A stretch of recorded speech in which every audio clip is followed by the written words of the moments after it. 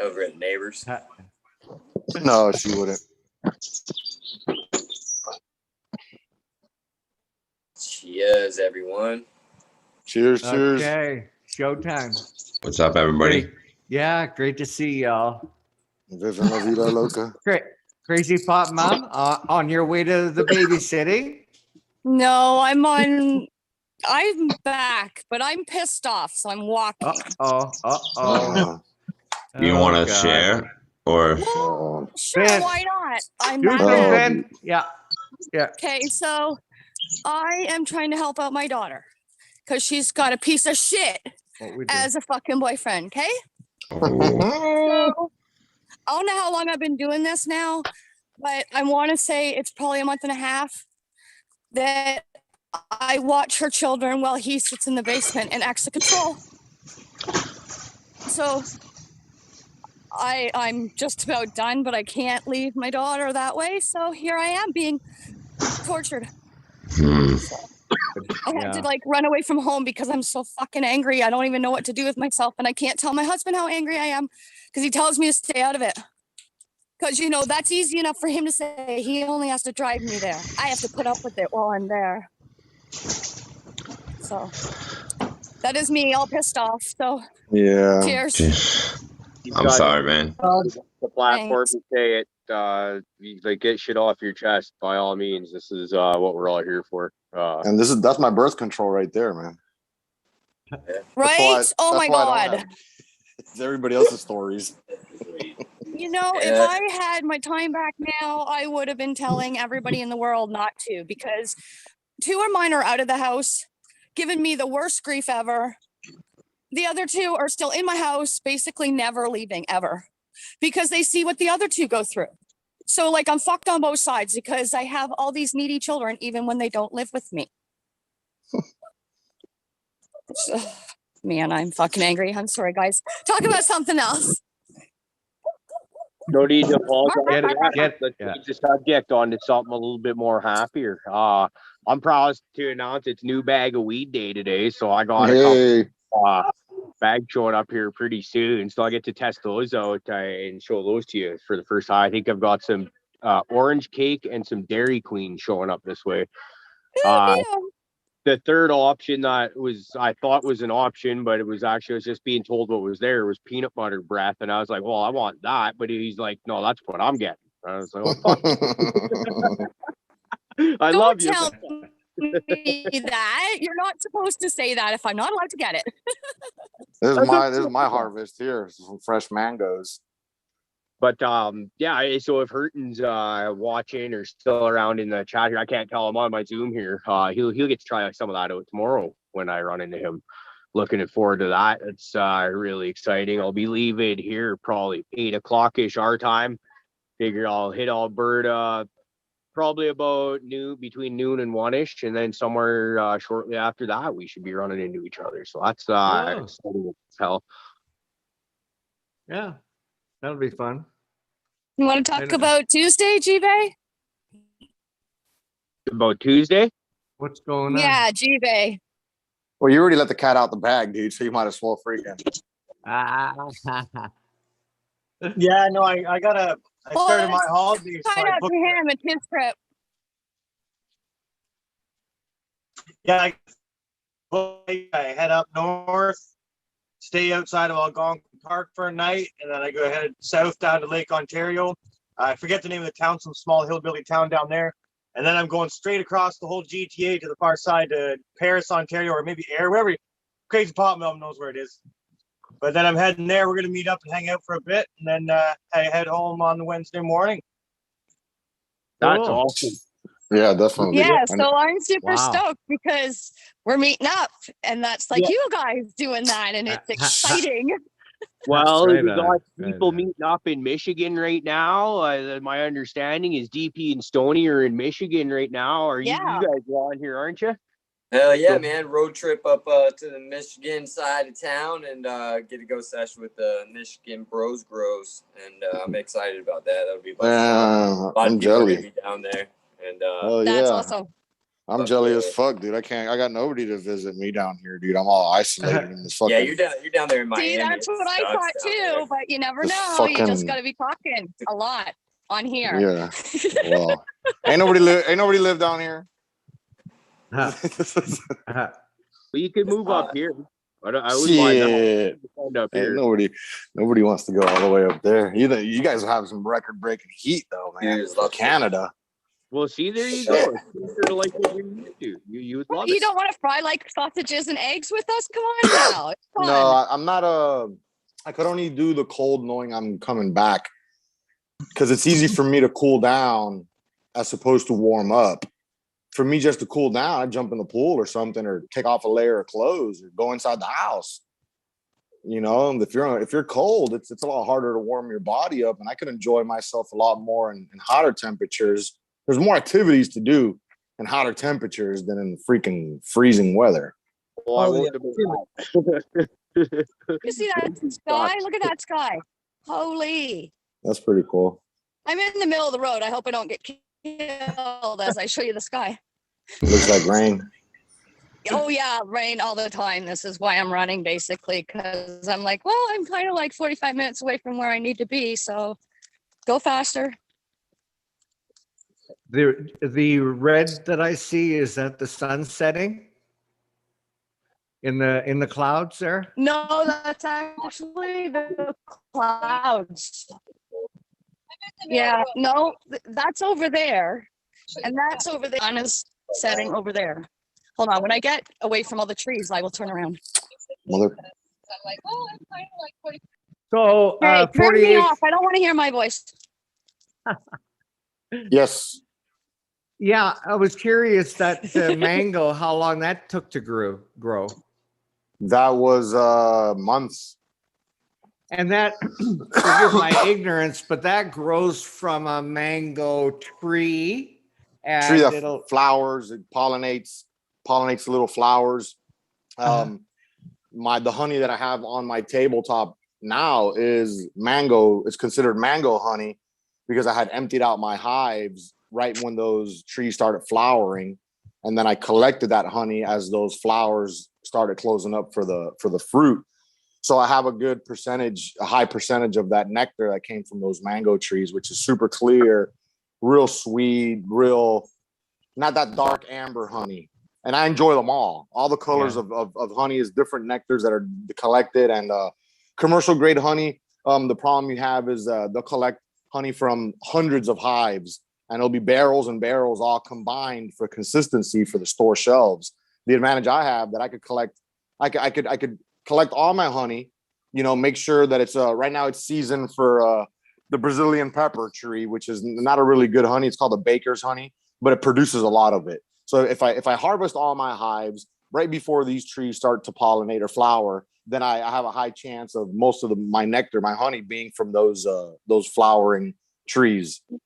Yeah. So yeah, it's easier right for on. me to separate different flavors from hives according to what I've collected, not like the commercial guys. It's pretty cool. And It's hard. that mango honestly came from my neighbor's yard. My next door neighbor on my right side has mango tree. On my left side has the avocado tree. Those are really big trees that I haven't planted in my yard because they take years to produce. And since my neighbors have them, I don't need them.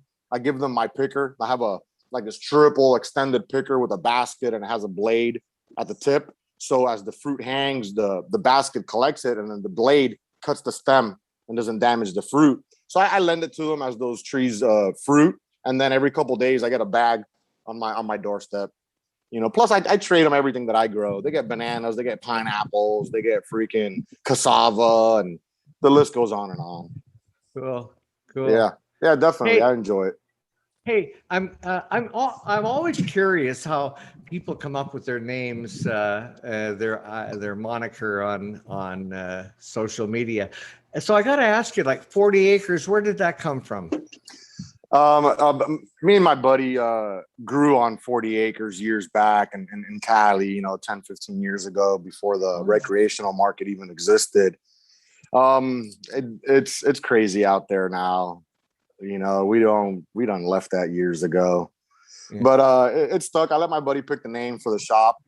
And he said 40 acres, and that's our seed pretty much. That's where our roots were Cool. embedded, that's where we got our Right on. hands dirty. So Good. yeah. When you were talking about the all the fruits and that you grow, I was reminded of a story where this buddy, he was avid gardener.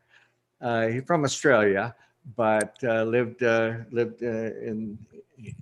moved up to here in the BC in the southern area, not where I am now, but you were able to grow kiwis down there and kiwi fruit. But to people that don't know it, you got to have a boy kiwi plant and a girl kiwi plant, or it just won't work. So he had this kiwi plant, and it had grown like it grows like a vine, and it's quite extensive.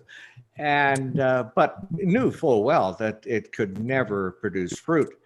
But he just grew it because he just liked to grow things. So we went to the grocery store, got some kiwis, and hooked them up with a needle and thread, and secretly tied them up in his kiwi. And then Buddy and I went to see him, and I was standing. Say if this was where we had tied the kiwi, I stood about here, and he was about 20 feet in front of me. So, and we talked for 5 or 10 minutes. We just talked about different shit until suddenly he saw the fucking kiwi hanging from the branch. Blew his mind, man. Just like overnight. Yeah. Whoa. He didn't know what the fuck hit him. It was. I wish we got that on tape. Yeah, it was cool. I have some papaya plants I have here, need the male and female, but you can't have male and female flowers on one plant. You get a kind of like a herm per se. Excuse me. There's a couple plants I have out here like that. Yeah.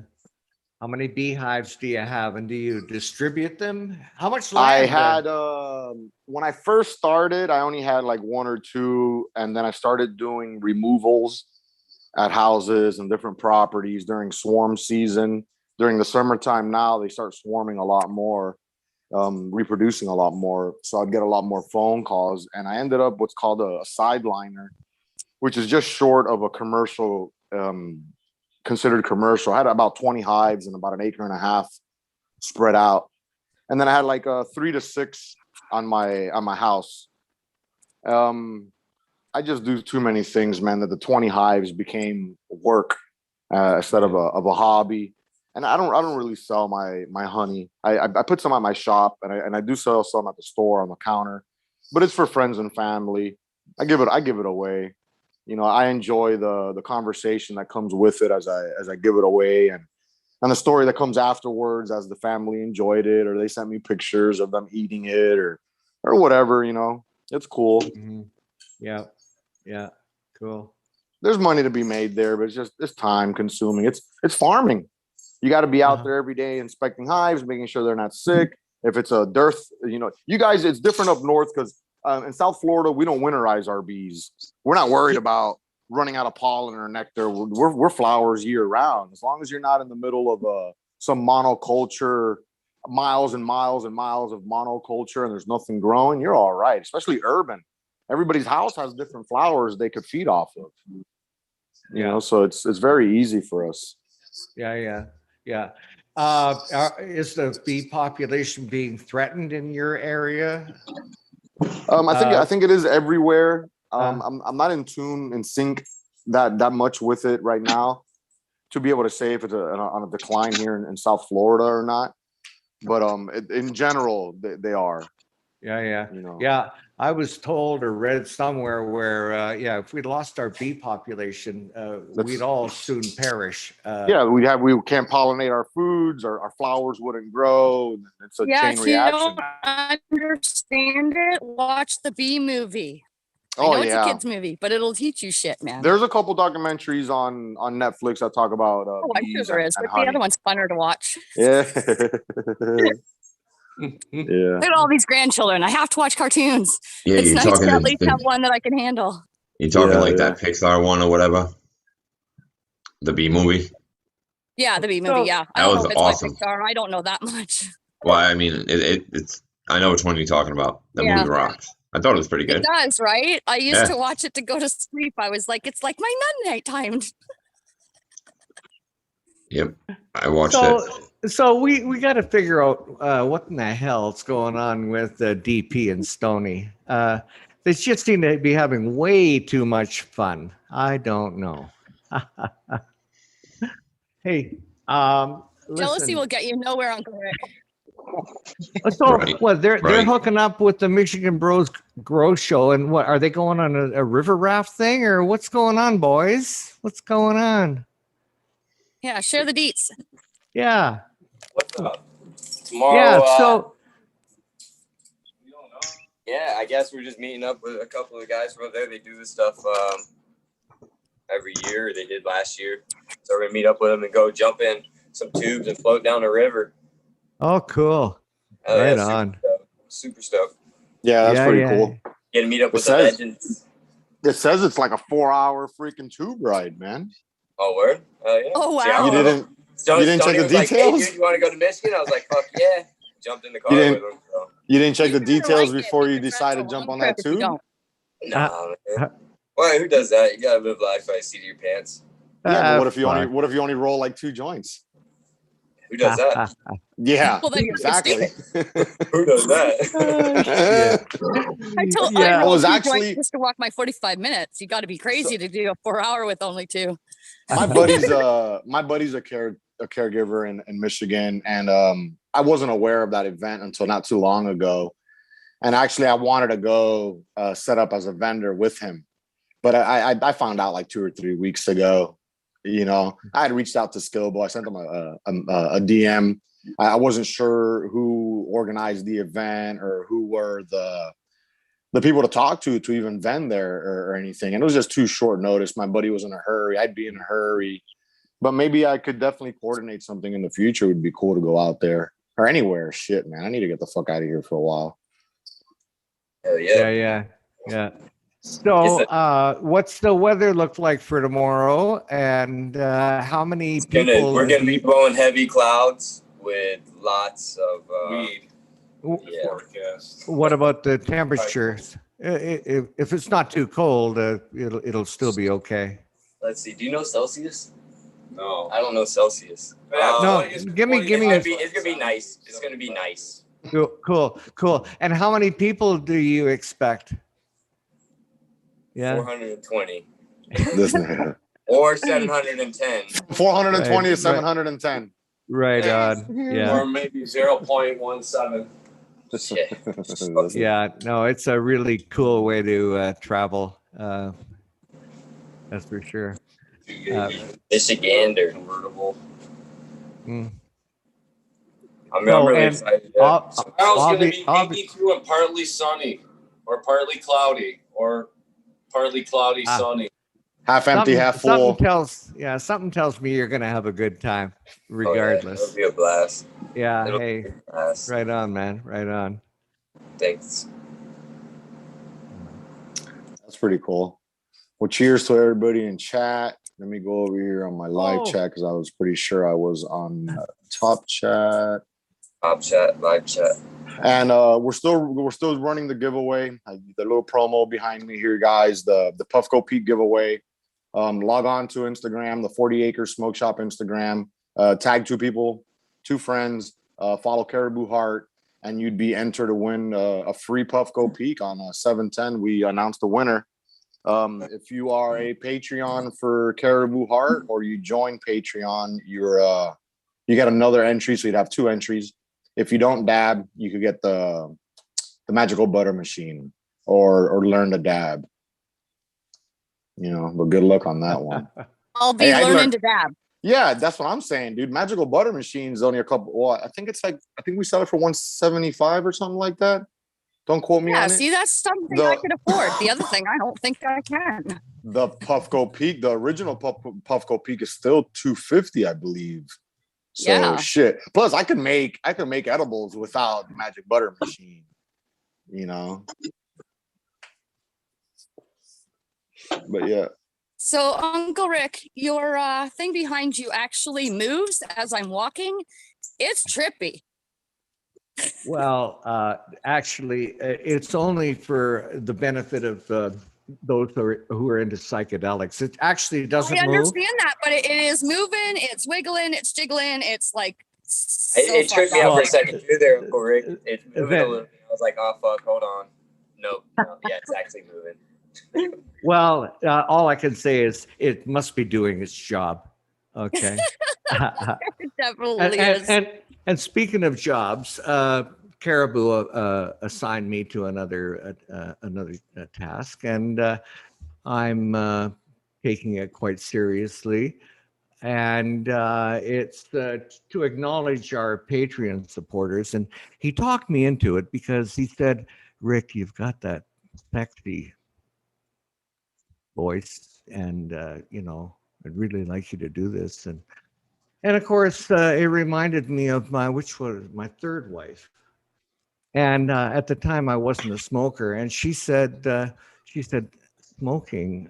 When I see a man smoking, I think it's so sexy. Well, fuck, I couldn't run to a fucking store and get some cigarettes fast enough. The real question everybody wants to know, Rick, is how many fucking wives do you have, man, or have had? That's We've had a 3. few. We've That's had it. a few. We've And had you're a few. Empty nester now. You got rid of the Uh, third one, or you're still attached to the third one? No, it was the fourth one. We didn't get married, but we are semi-attached. Yeah. Well, she owns half the house that we're sitting in. So Yeah, or a quarter of it at least, because you got to give at least a quarter away to each of the other thirds. Financially, I'm pretty much done with them. I mean, it never ends, but Yeah. more or less done. Yeah. Good luck. See, that's something else I've learned. That's something else I've learned from everybody else. No kids, no wife, dude. Yeah. Right on. Anyway, I'll also assume Indica's responsibility tonight by thanking, first of all, everybody in chat. Without you, it just this is all about you. And although there's no obligation to support us financially, the best way to support us is by hitting that like button, subscribing, telling your friends. Apparently even putting comments in the, if you're watching it another time, putting comments in there, it all helps. So with that, I want to thank chat and also Opie 7420, Sticky Icky Cookie, Dave's not here, Ashley Latai, Hypothetical Genetics, Raider Dank Vader, Uncle Rick, Cannabis Finest, Stony Rockefeller, Crazy Pop Mom. Okay, and I'll throw it back to you.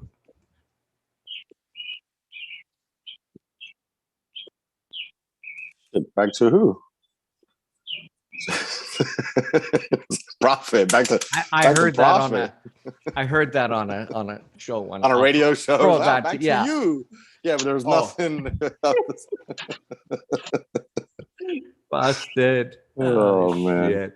Okay. Yeah, and a double thanks to Raider out there in chat. I see he's always posting the link to the Instagram and cool. and to the Patreon supporter page. Yeah. But damn, dude, we're like freaking July 4 in South Florida is guaranteed to freaking rain. Your fireworks got to be waterproof. And on top of that, we're hurricane season. We got our first hurricane right up the coast here. It should be here Saturday night, Sunday night. Something I believe. I gotta check. I gotta get my shutters up, dude. South Florida. Really? At least they give us notice. Yeah. We got plenty of time. It's been brewing for a week or so. So how long is the season, and from when to when? Shit, just started, man. It's months. Yeah, I was thinking It's, more like September, October. I got the papers. I got the papers there, man. I'm ignorant to this, dude. I like to Well, say, yeah. Summertime ends August, so yeah, probably sometime. I wish I'd say somebody Google this for me, man. I'm living out here my whole Okay. damn life. I don't even know when hurricane season's over. Right on, right on. Yeah, but thankfully, like you said, it is more predictable than a lot of other shit like earthquakes, tornadoes. Well, tornadoes, I guess, a little bit of warning, but yeah. Yeah. Yeah, June 1st through November 30th. Okay. Okay. And it peaks. I would think it peaks August and like, September was actually the next sentence with a peak in August and September, which would Uh-huh. be our rainiest season, August, our hottest freaking season, August. It's brutal. and the humidity and well, I guess The dry heat, I think the dry heat's a little bit more you could withstand it a little bit. definitely. It's just Yeah. it's the humidity, dude. It makes your like clothes stick to you and you're you know, you get used to it down here. It's not bad. You got to know how to dress. Yeah. Shorts and sandals. He means naked. Because Hey. at 43, there's no clothes that can be worn that you're not like, oh, get the hell off me. Yeah, well, there's some nude beaches down here.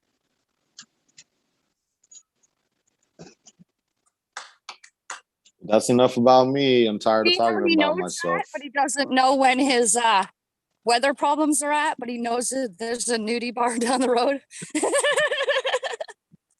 Yeah, definitely. So what's going on in G-Bay's part of the world? The sun is set. Getting a little Yeah, dark. sun went down now. Sorry, I just did a big dab.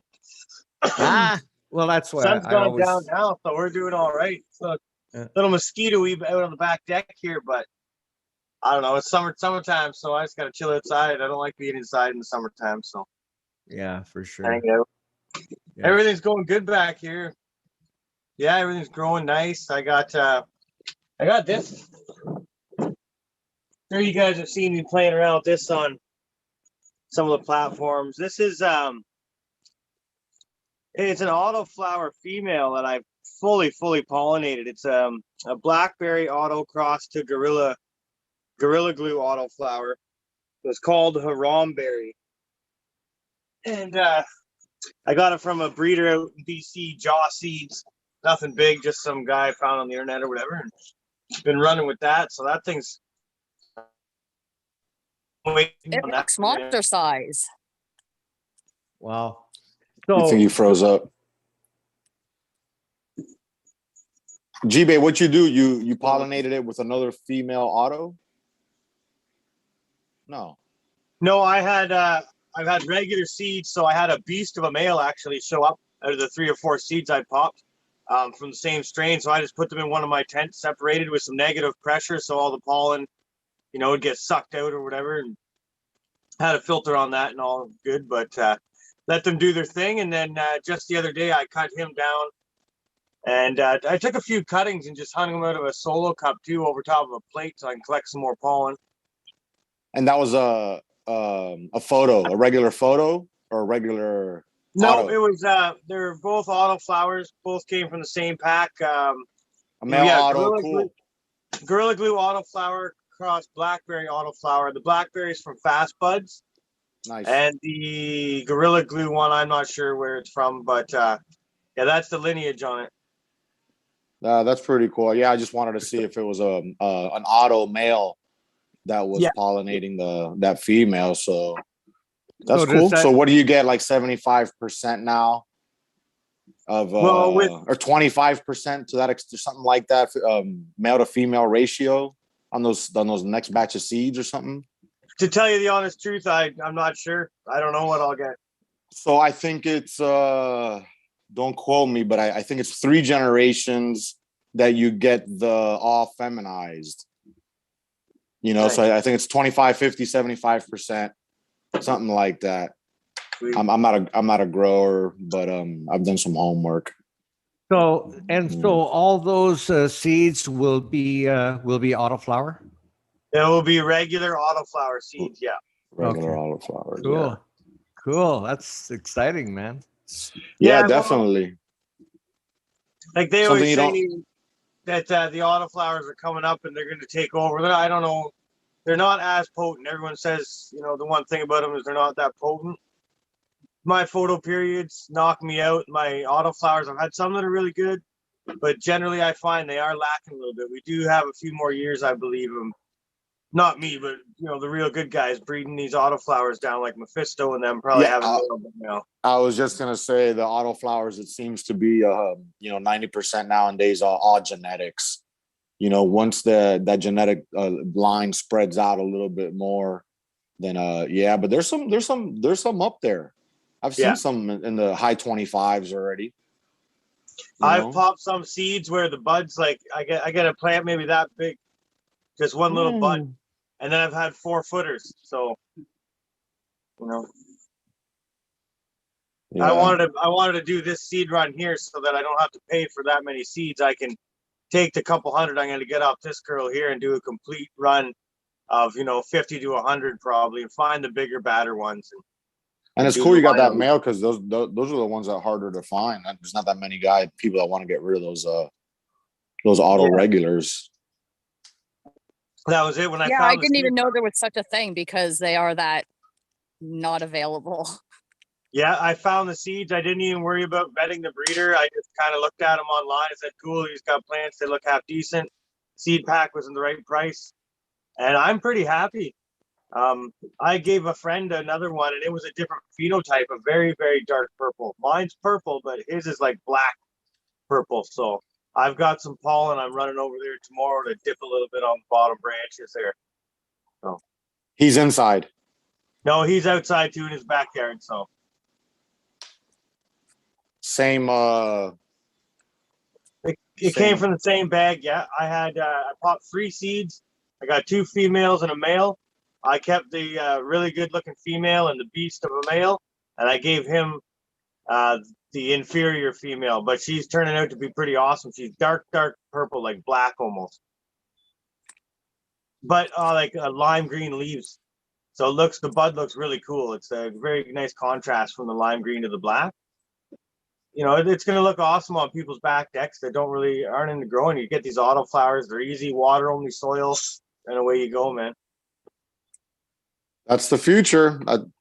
That's what I've been saying, for the home gardener, not for a grower, for the home gardener that just wants to put a seed in a pot and water it and have something on their porch or balcony. That's going to be it.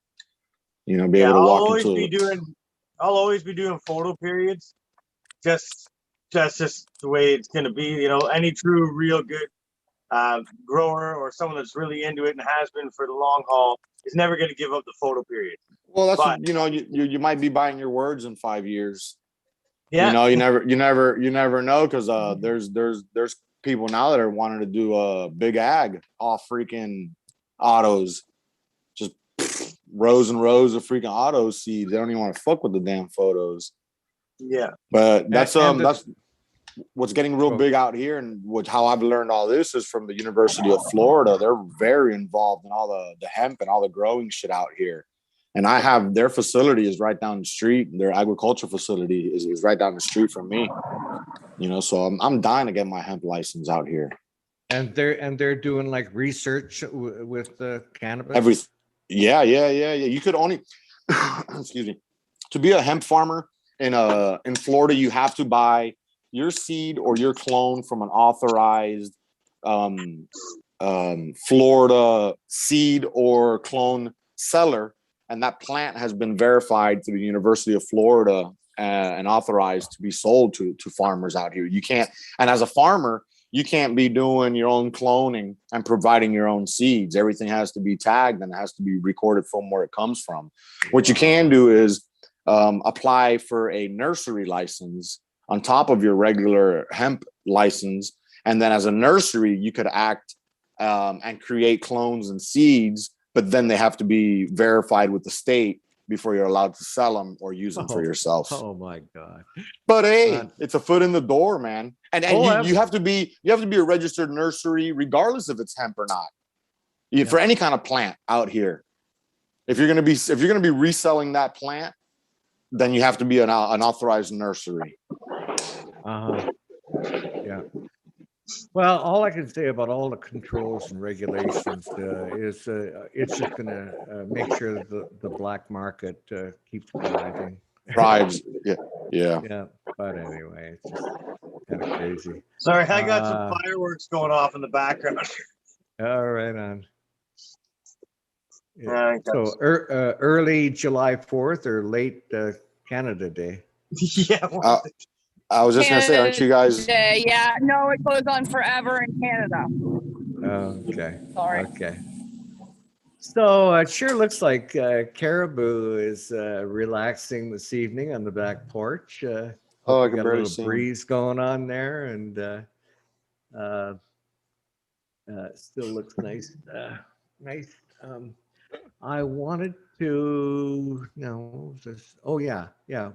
We have a new affiliate. Or we're on an affiliate program with a feed distributing company, and I wanted to. Is Caribou even listening? Nope. No. Anyway, well, we'll talk about it sometime. No big deal. I just he had mentioned something in a text, and so anyways. Yeah, you're what all it going to be was- thrilled when it actually gets talked about. Let's just say that. There you go. There you go. So I hope Stoney's able to run his camera, do some live shooting of this river raft ride tomorrow. That should be fun. I went on a. Oh, you're busy too. Yeah, just trim, What trimming up. are you chopping up there? What is that? It's some of that Mass Super Skunk. This is from Stony. Wow, that's beautiful. Wow, look at that. Yeah, That's nice. It's got some stank to it for sure. Yeah, But, that's nice. yeah, it's real nice. Dude, I can smell it all the way out here. Did you open that bag up? You gotta love when they bring it to you like that and say, "Okay, it's trimming day." Welcome to trim jail. Right?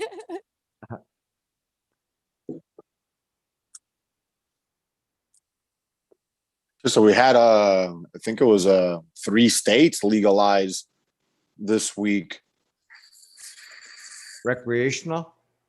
Yeah, I think full blown rec. I think it was VA, Connecticut, and New Mexico. Cool. I heard about So- New Mexico. But we're still got a long way. I think that'll bring it to about 20, 22, 23 states. We still got a long way to go. But hey, it's all it's just going to be interesting to see. The right direction at least. Shit. Absolutely. Absolutely. I'm It's trying gonna to be find a Like, interesting. post. hope that Sorry, go ahead. No, I was No, just looking for no. the post of the seed thing, but Caribou's getting real close to the camera there, and you might be able to hear us now. Caribou, you hear us? Yeah, I can hear you. I could hear you guys the whole time, but I just had a guest come over and Oh, you know, nice. Well, we forgive you then. yeah, because you can legally gift up to an ounce of weed here in Canada, right? That's how that works. And so I just had a couple of buddies pop by and they each gave me a funny. So it's look at what we got here. This is some orange cake. Now we just smoked a butt of this or joint, I should say. And this tastes like orange rinds, like straight up. See if you got small butts, hairy, but like it's tastes great. This one right here is called Dairy Queen. So I imagine there'll probably be some kind of patent lawsuit coming out real quick towards this one. At this point, it is just crystals stacked upon crystals. We haven't tried this yet, but it just looks freaking phenomenal. Little buds. And then, so I was bitching and whining earlier about my buddy. He scooped the peanut butter breath on me, and but he was nice enough to a quarter for a quarter of one for another. So I got this peanut butter breath, and these are massive nugs right there. Like it's well, not massive, but compared to the other ones, and that's exciting. So Burton Albertan, if you're still watching there, brother, we'll save one of these for when we meet here. Definitely jealous. We can't give away weed over here. We gotta go to the fucking dispensary. Do it freely around here. We do it often. See, there's a good thing. You're like, other than we're talking about not doing well in the cold, but like, you get like, it's like a northern living bonus in a way. You get free weed, or you're allowed to give away free weed and shit like that. Here I'm smoking on this is called Love. Love is love. It's like a big warm hug when you smoke it. This is a double cake, which is a papaya cake and space age cake. Meh. It is what it is. Oh. They're good. They're gassy. We still have So a black I hope you like the market, but container then, right?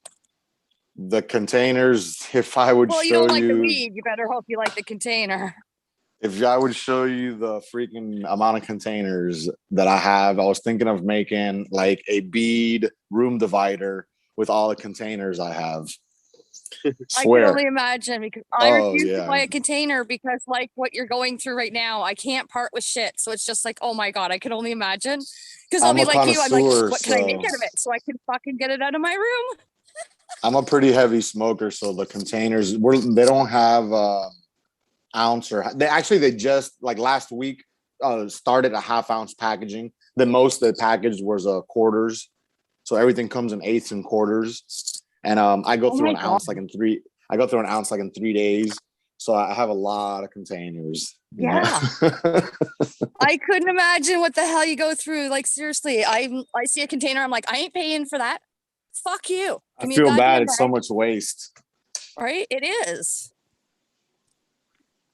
Oh, look at that. I just found myself a seed. Hey, Oh, we're excited. Oh, we're all excited. Very Holy clean. shit. bag seed. Only growers get happy for bag seed. Everybody else just chucks that shit. They're like, "Oh, son of a bitch, a seed." Okay, And so like, yeah, like I'll show. Right? I know. We're not. I'll show this bag off to Hurton when I see him tomorrow, and he'll be like, "Yeah, I see why you got excited because you're right there, 40." Just What's like, that? The peanut butter?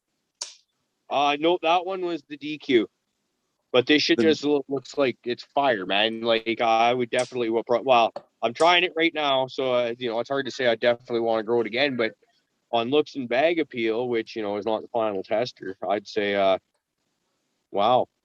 So.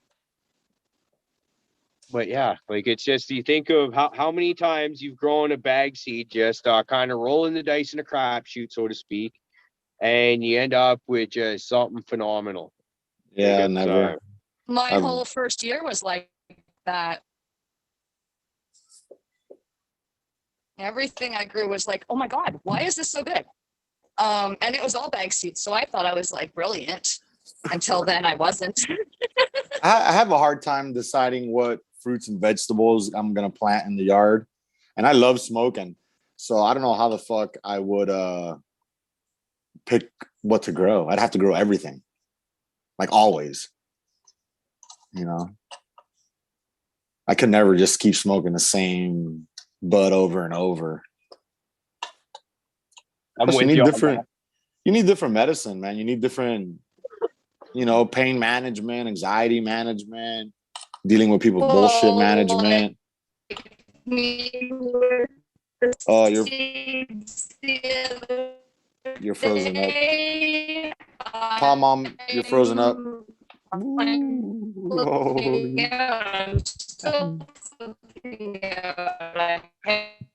Wow, that's so weird.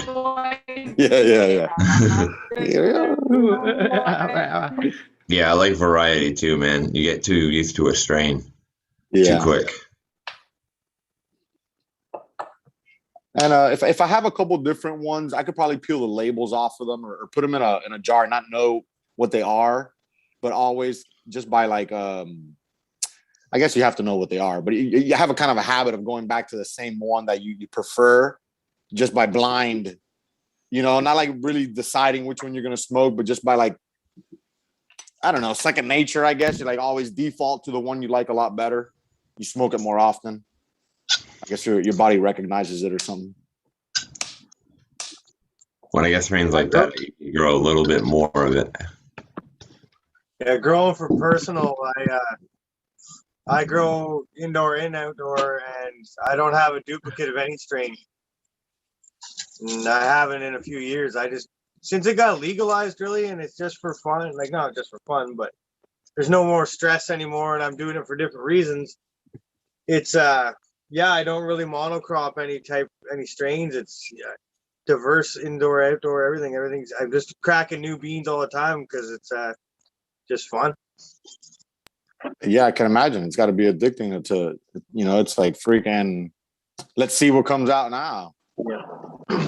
Yeah. Just rolling through a bunch of different strains and checking everything out. It's, I don't really need one certain one to stick around. If I find one that I really do enjoy, I do try to keep it around. But generally, I'm just, I'm running 15 to 20 different strains at a time between indoor and outdoor in the summer anyways.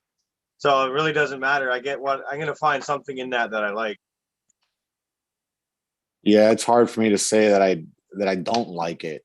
It's got to be, swag, under mids and shit for me to be like, I don't know. Yeah.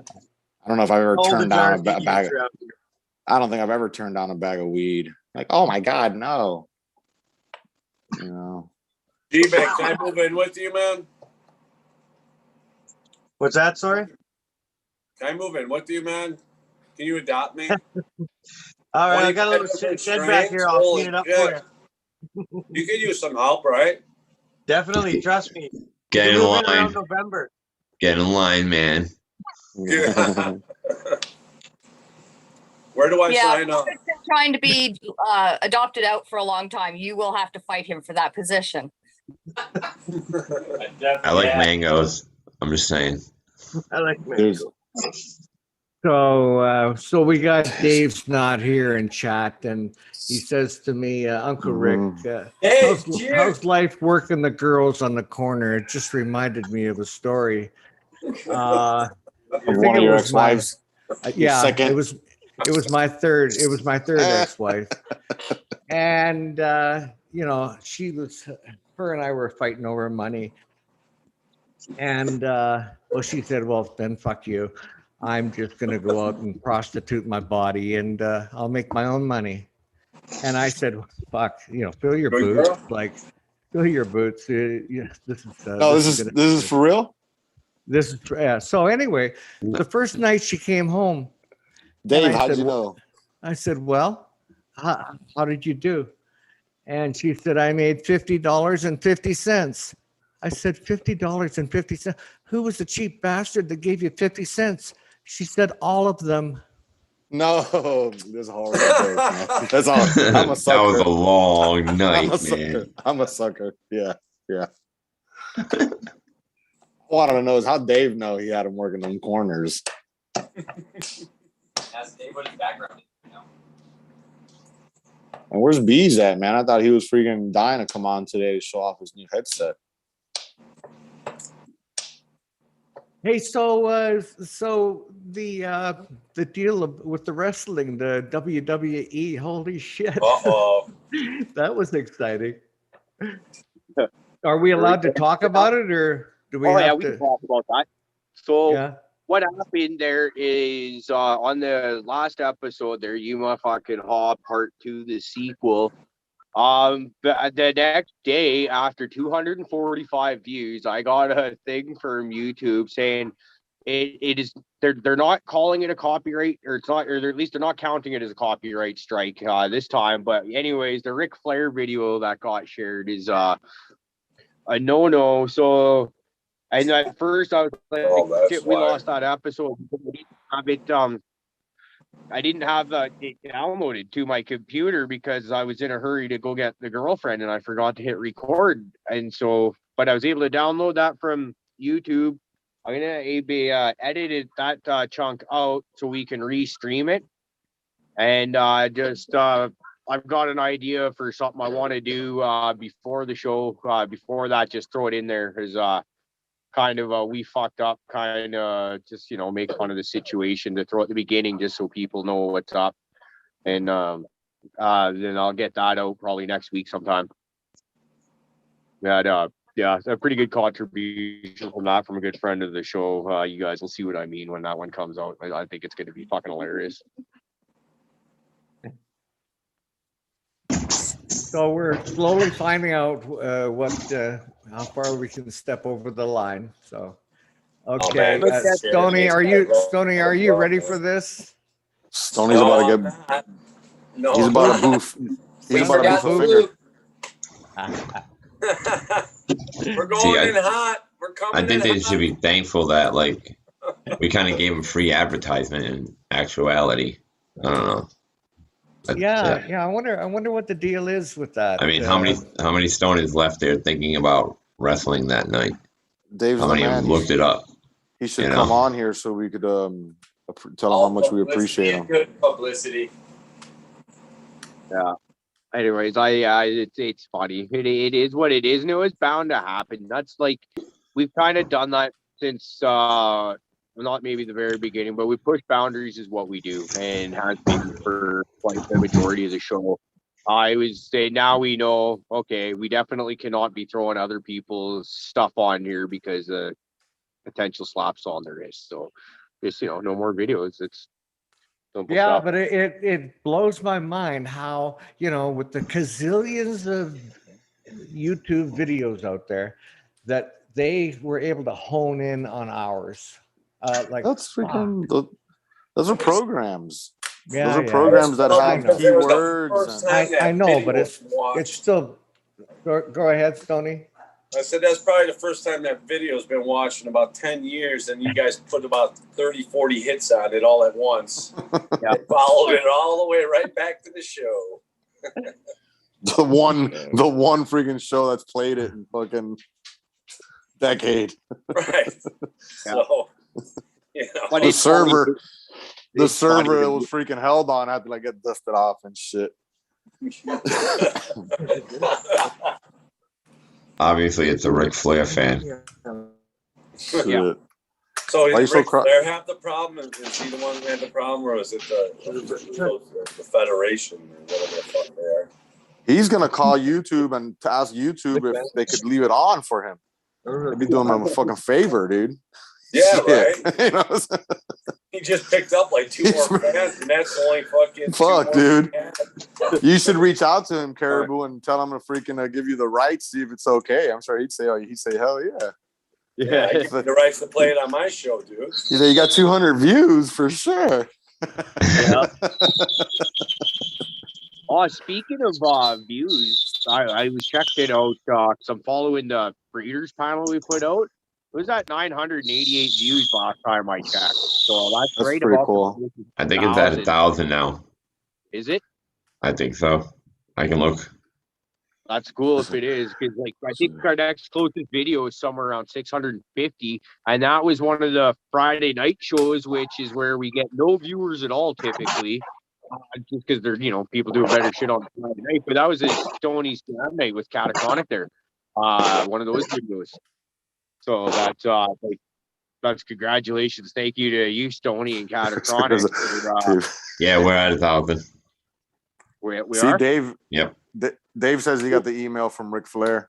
Nice. My phone Saying he says said, 1,000. My phone lies to me though.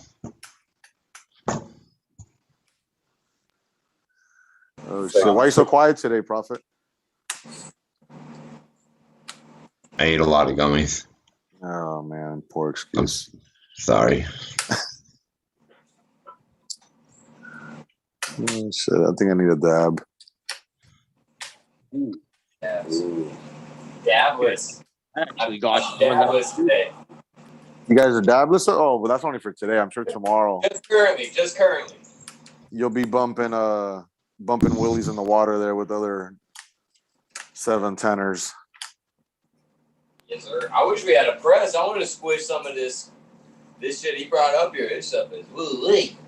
You might find one tomorrow, a vendor. There might be a freaking press vendor. We have events. Look, we have events out here, and they call them medical events or CBD events, and people do their side hustles there.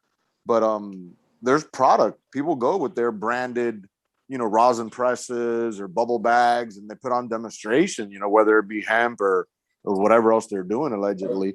But those companies are there as vendors all the time. Tube, that'd be dope, right? The rosin tube.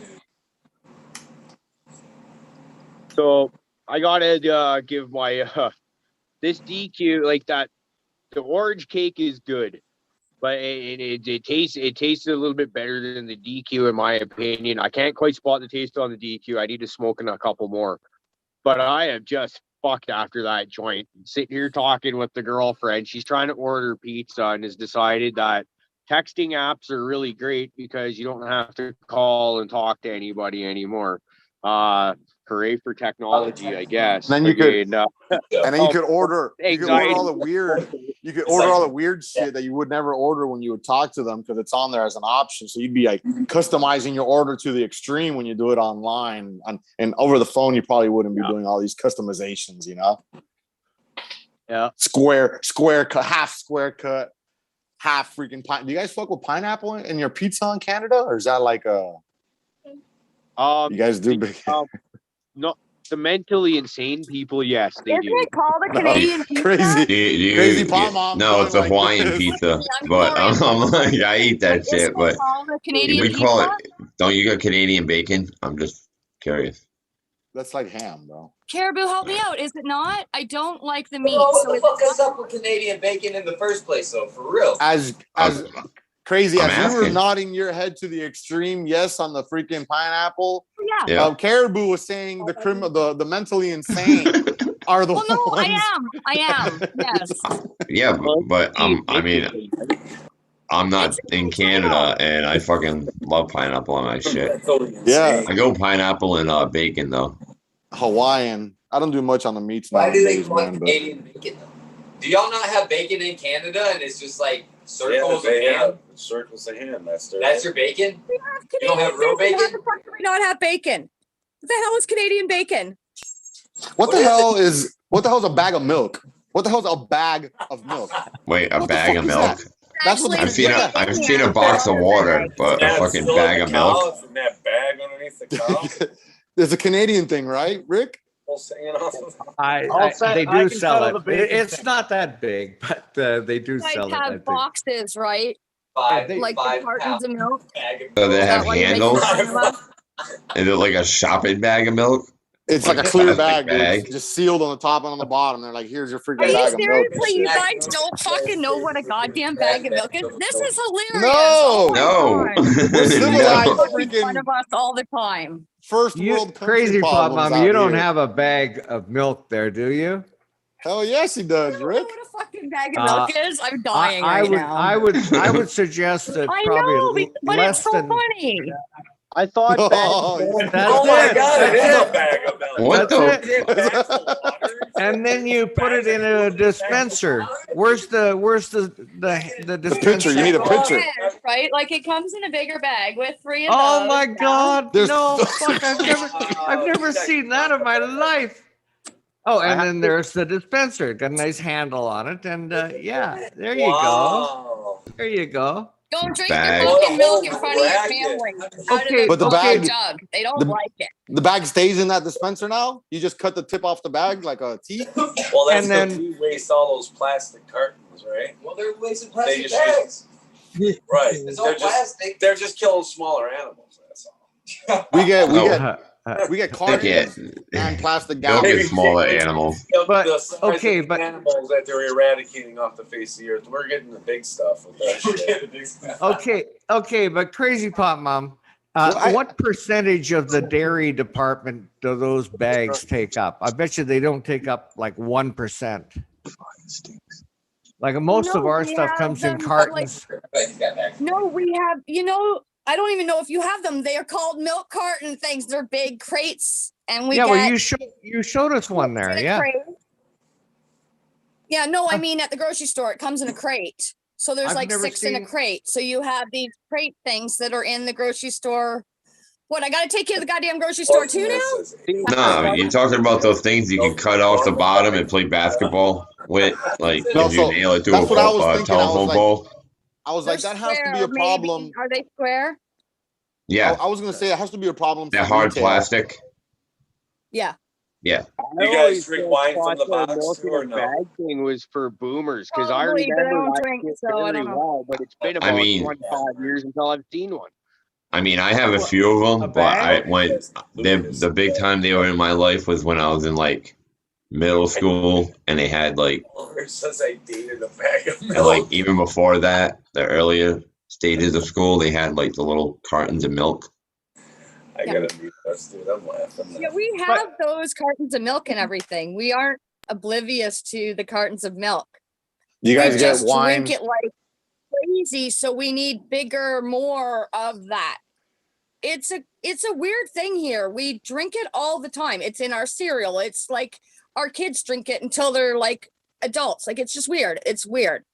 I don't drink milk like that. That's probably the first drink of milk other than in my tea I've had in like 2 years, and I was just showing off. Do you guys drink wine out of a box? Yeah, I do. Like I said, I don't drink, but I'm assuming they do.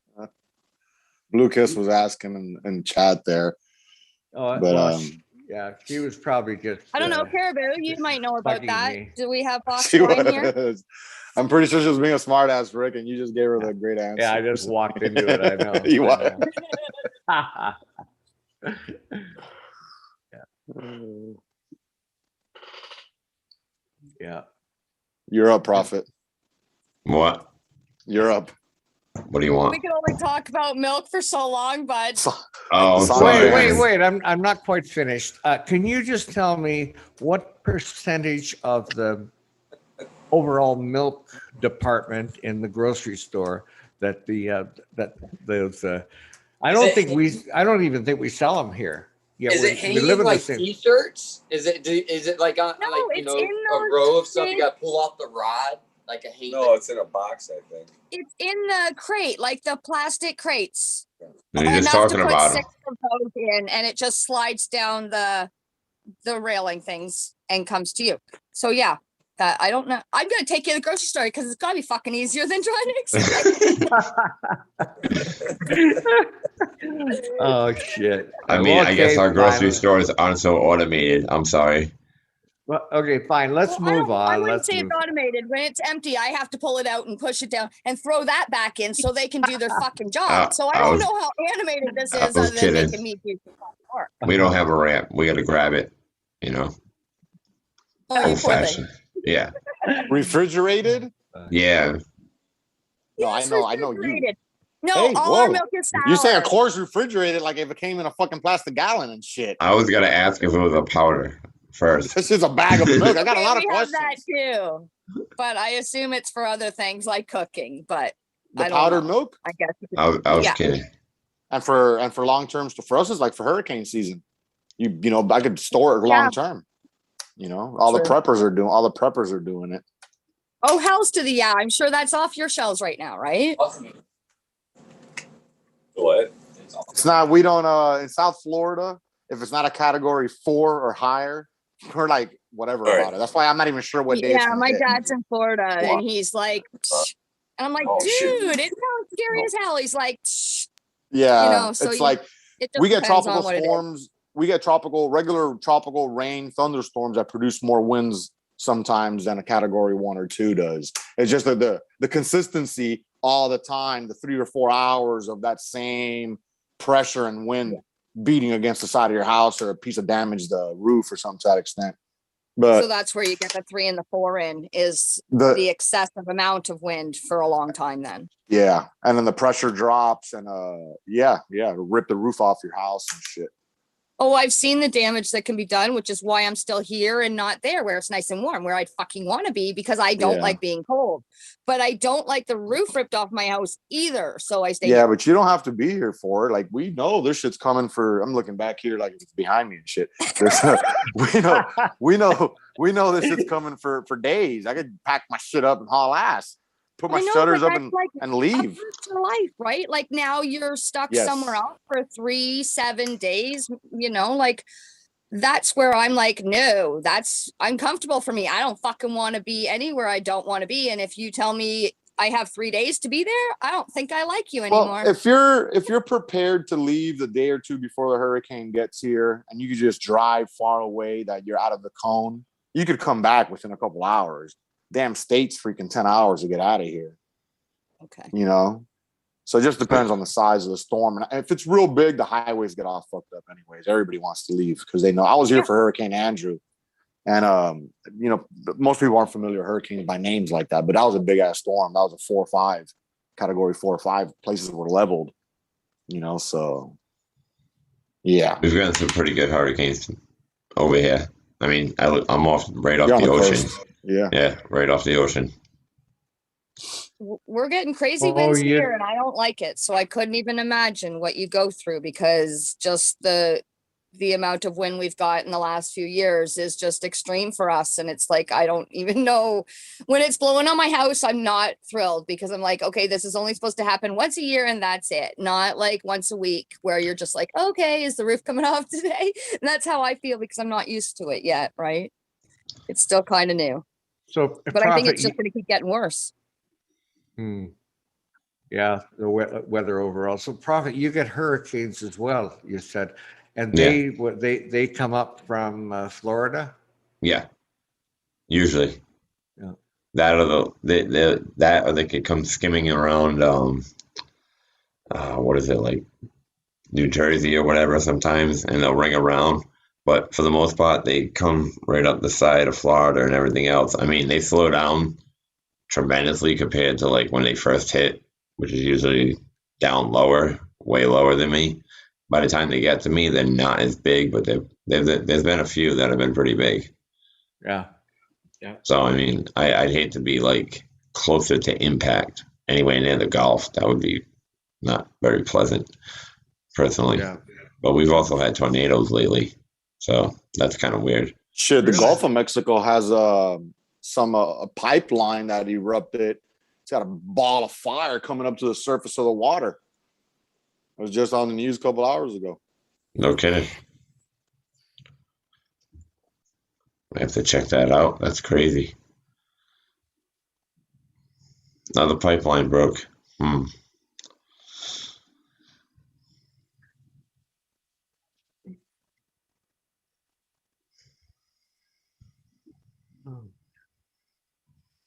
I just found out we were muted. I was back there talking, and then I wasn't talking to nobody. He's like, yo, you know I'm mute? And I was like, nah, I didn't know that. Repeat it all. I have no clue. I have no fan of anything, so it wasn't that important, but. G-Bay, what's up? Cheers, buddy. You look...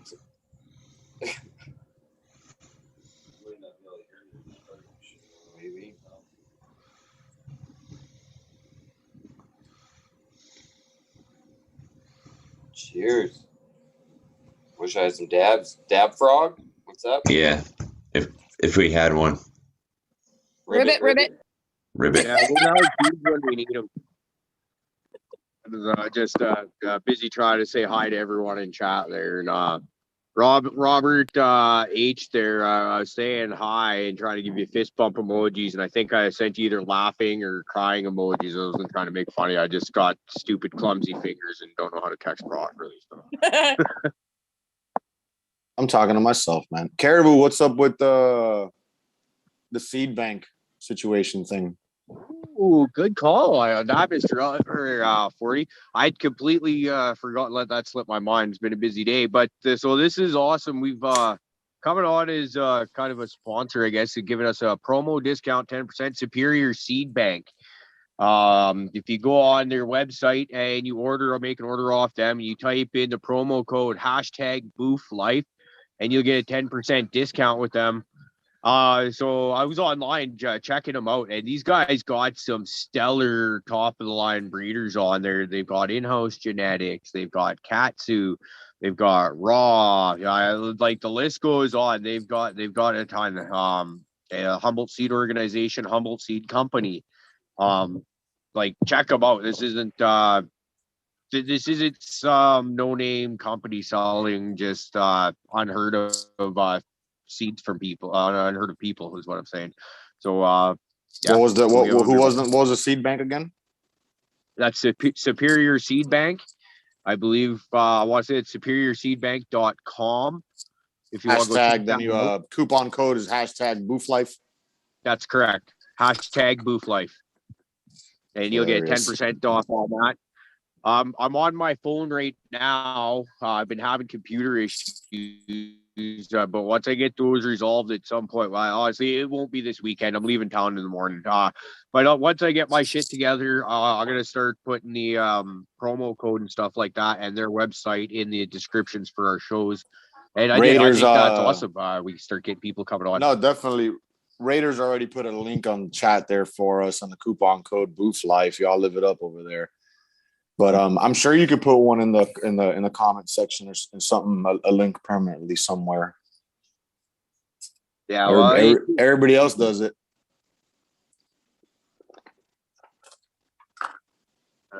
Yeah, I think I got the girlfriend working on that behind me, so that's awesome. Hey, thank you, Raider, for helping us out with that. You seem to be like really on the ball, throwing the links up in the chat. We appreciate that because I am anything but on the ball when it comes to this tech stuff.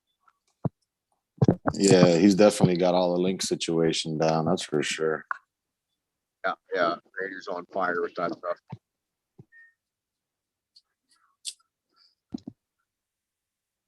Man, this blunt's falling apart.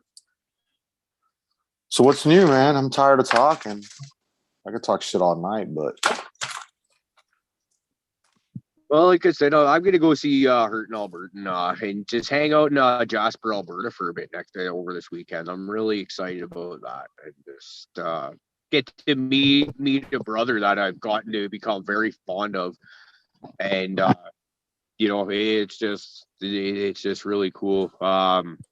I was talking to one of our recent guests lately. I sent me a message afterwards saying, thank you, man. I really feel like you guys are my friends. And I sent him a reply saying something along the lines of, you know what, man, I spend more time talking with you guys that immediately surround the podcast and the panel members and stuff than I do my regular friends. Like, we don't need to go into detail, but we all know, a lot of us know my life's been kind of turned upside down earlier this year, and all my real world friends, I think I got 2 phone calls from people that were checking in on me just to make sure I'm okay.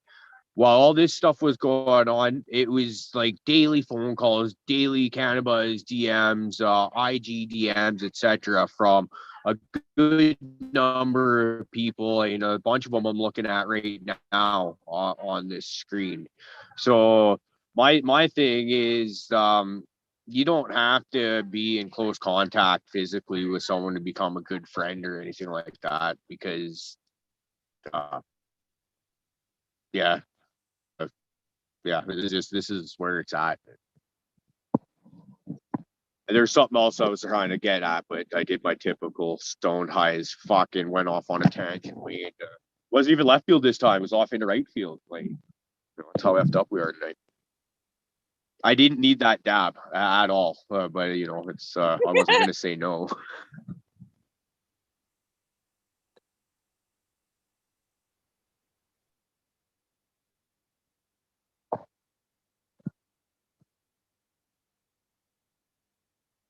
So anybody else got anything exciting planned for the weekend? Yeah, I can't wait. I got just slapped a brand new set of Adventure tires on my DRZ. I'm doing a loop of not all of Ontario because Ontario is huge, but I'm doing quite a loop, 3 days camping. So yeah, I'm pretty stoked about that. It leaves Sunday, so That's awesome, man. I'm excited for you. I like just to get more and doing stuff. This like in the last, I'd say 3-4 years or so, I've let my life get so busy with work that you forget to stop and take time and slow down and enjoy life. Like so I've been on more adventures, and even just if it's a quick like 4-hour drive or 2-hour drive to go hang out somewhere nice out in the bush or whatever, right? Just like I've been under a you welding need to take helmet. time for yourself. I've been under a welding helmet 40 hours a week since 2010 or something like that. So I like throwing on the motorcycle helmet every once in a while and just taking off, man. Like I got a couple kids and a loving wife and a couple dogs, as you seen earlier there, and busy life at home. I got the tents and everything. So there's another couple kids right there, outdoors. That's another couple there. So it's gonna be nice. I'm gonna get away for 3 or 4 days, man. Let the wind flow in the hair, right? Hey, man, we ain't got hair, man. ain't none of that around here. That sounds good though. Those new shoes look good on the bike. Yeah, man, it's gonna be fun. I purposely planned my route, so like where no one would ever plan a route like that. I'm gonna be taking cottage country roads, zigzagging through every small town for 3 or 4 days, crossing every little bridge, going past all the cool little spots. So it's gonna be pretty fun. Hell yeah, man. That's awesome. How much of time will you be spending just riding? Only 3 or 4 hours a day. The bike I have is not much of a cruiser. It's like a dirt bike. Yeah, they call it a supermoto. It's more of like a bike you kind of hoonigan around on, but like you don't really want to be on it for more than a couple hours a day. So get to the campground, light a fire, and relax and chill. And then on Tuesday, I'm going to be somewhere near Crazy Pop Mum there, so we're going to hang out for a bit too. So that's pretty neat. Awesome. Hell yeah. Yeah, that'll be cool. You should drop some autos down your path there, man. We need to talk a little bit more and find out exactly when you're going to be at that site, because I don't know if I have to be there at 8 o'clock in the morning for them to let me in, because if it's really busy, they just won't let you in anymore. Like, you've paid, they'll let you in. Yeah. Not sure how that works for me, but maybe you can find out how your guests are allowed to be there. Maybe that might be a way for me to get in. Yeah, we'll I'm not figure really something sure out. how this is working. If not, meet up for a coffee somewhere or something. You know, we'll figure it out. I'll be in the area. We're gonna make it happen regardless. So cool.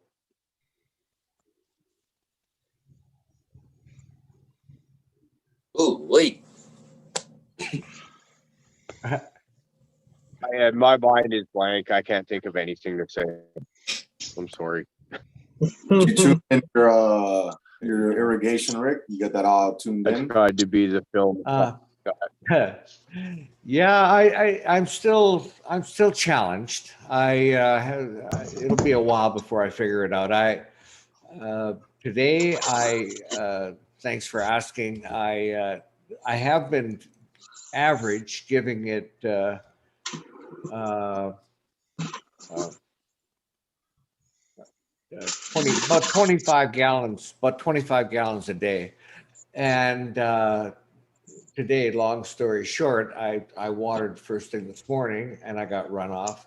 And then I gave the same amount around 4:30 this afternoon.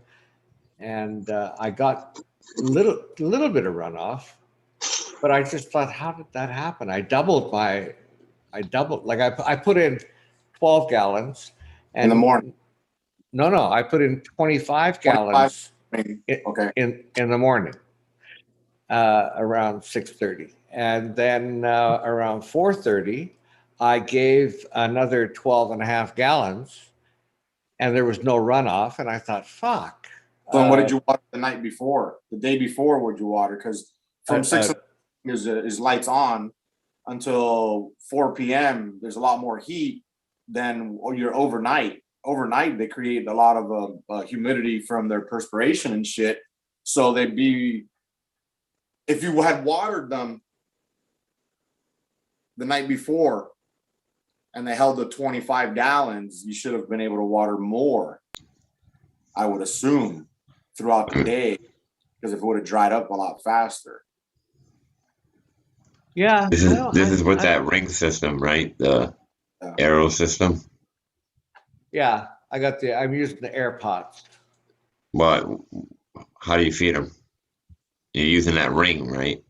Yeah, Or the cone, call it a cone. Yeah. I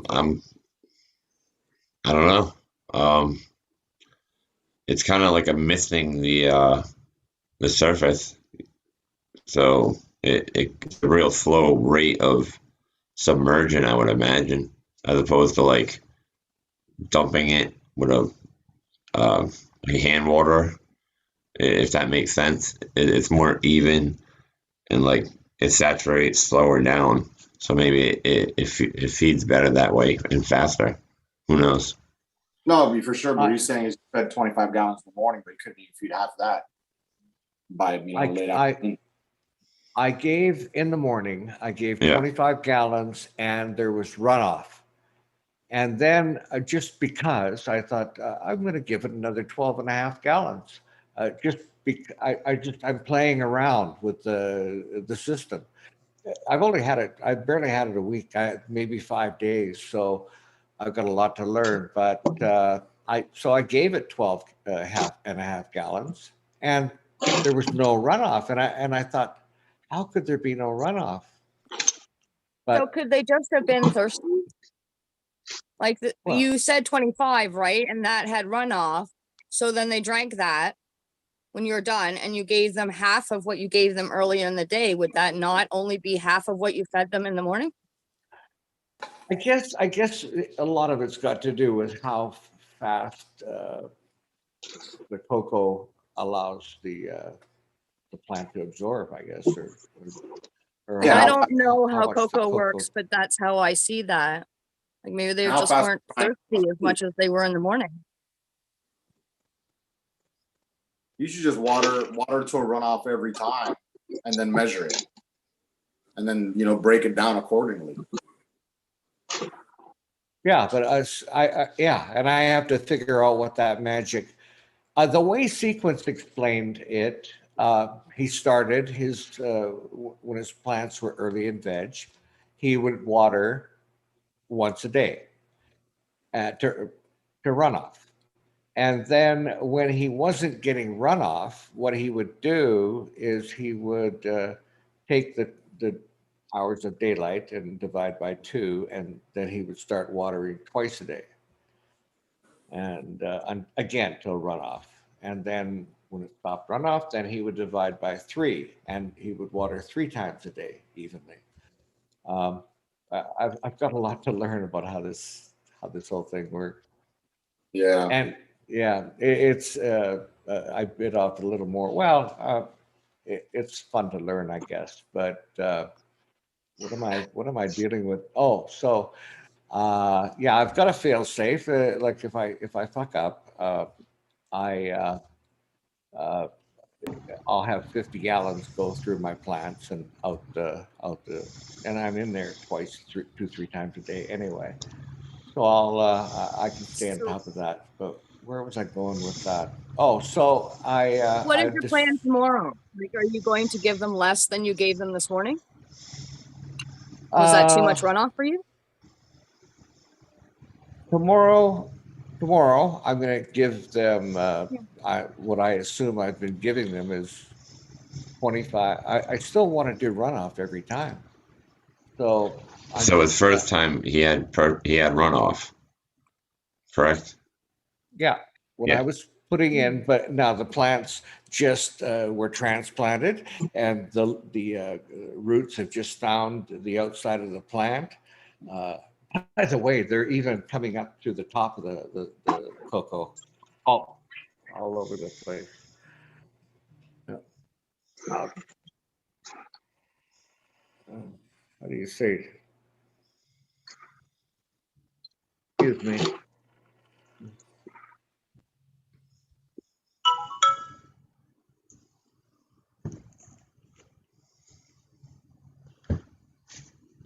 I think he's on a personal call or something. Yeah, I never seen a system like his before. So like everything he's doing, it's new to me. So I'm kind of curious about it. Maybe I want to buy those. It's just Because what Rick that is having cone. such a fun job with it, right? That's why you want to try it now. Well, I mean, see how it goes. I mean, I got a reservoir. I could use it if it saves me, some time having the water. Maybe I'll get a little automated. I'm sure as they grow, Rick, you water more and more, frequently or throughout the day. When they're young and veg, they probably don't need all that water anyways. It's probably not ever absorbed or even used. If I wasn't just a gardener, I'd know, all my shit's just soils and castings and shit.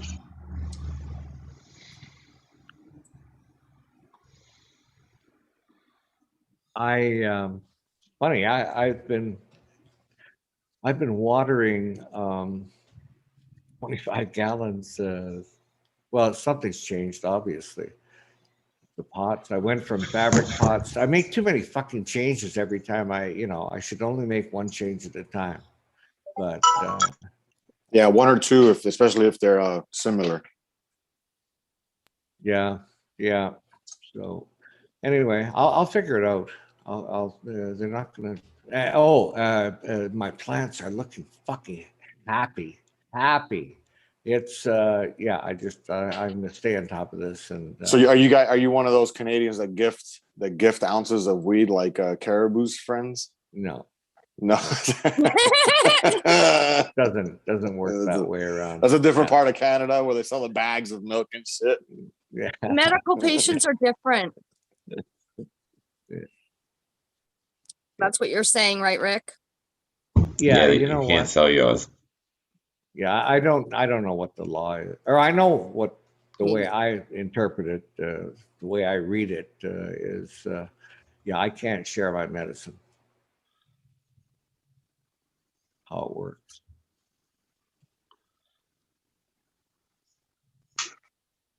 Yeah, I think what it is with you're for personal, for recreational, free to do what you want with that in regards to gifting it to your friends. I believe under an ounce. And with medical, once you're signed on and you got your paperwork, it's for patient only, unless you become a grower for someone else, which you can sign on for, but like caregiver, but still, I don't think there's any compensation in there for that. I don't know how you get monetarily reimbursed for any of the things you have to do to grow that medicine for the said person you're doing it for, but yeah, I don't think I'm gonna go down that road ever.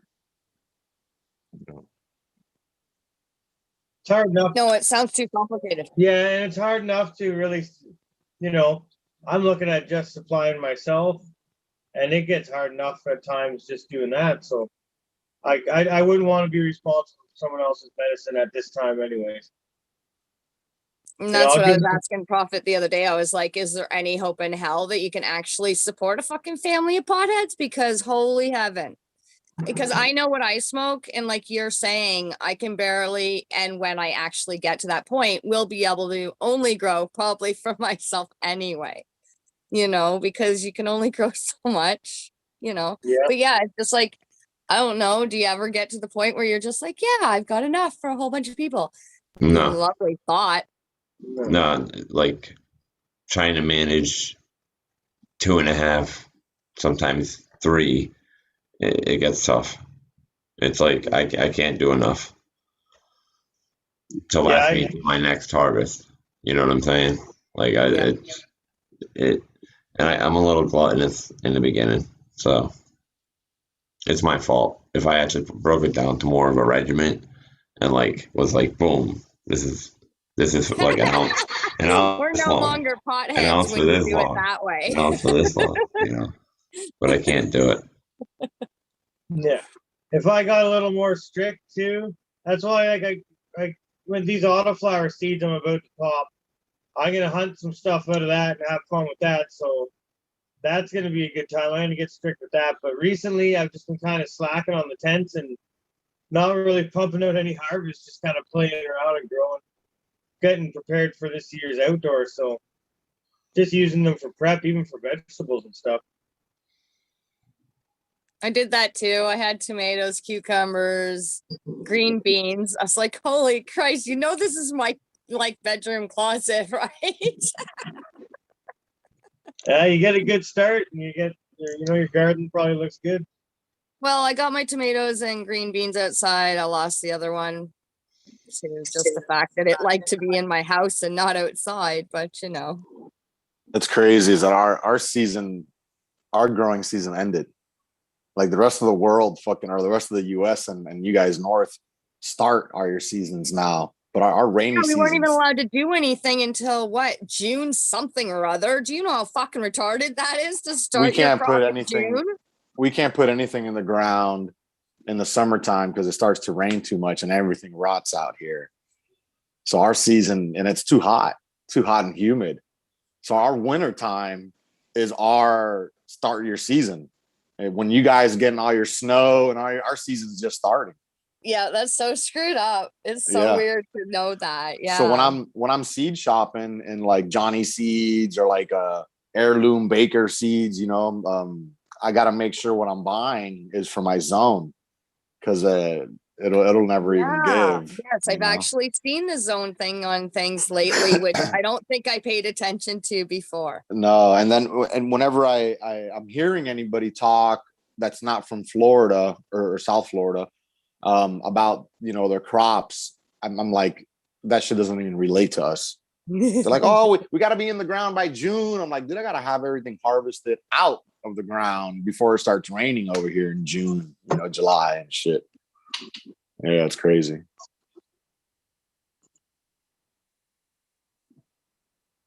Oh, crop steering. Bye, Prophet. Sorry, you have shit. Did he just jam up?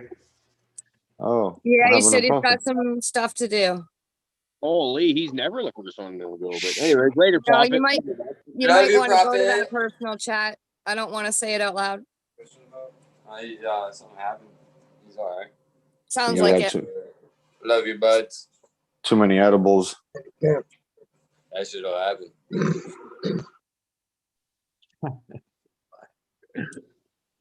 I'd say it's more than edibles. It didn't sound like that.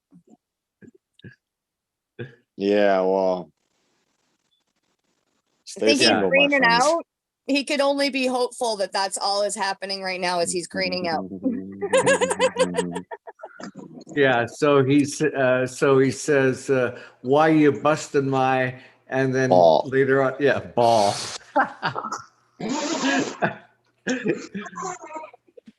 Poor Prophet. Fuck. A one ball bandit, Supreme says. Yeah. Shit, man.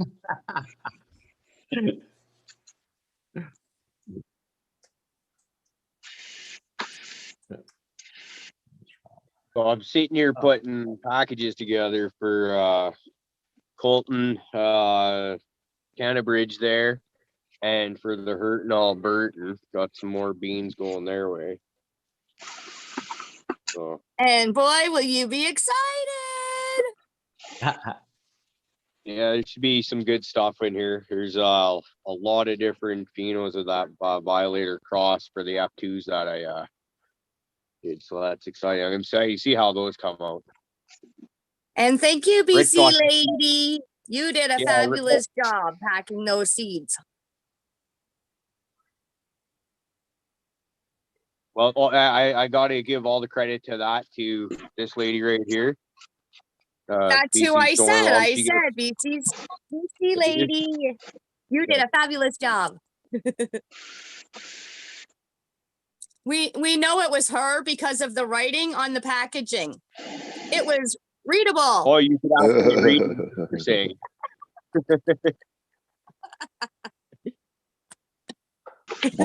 Yeah, I totally get that. My writing is barely legible at the best of times.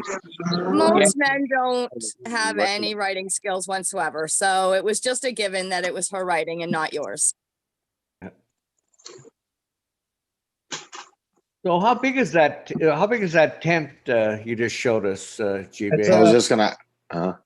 It's a 4x8 by I believe 6 foot at the top, so it's a shorty style tent. It's got like a barn got- style roof to it. I was gonna say it's got that bevel barn style roof. It's not a flat top, huh? It's only flat at a certain.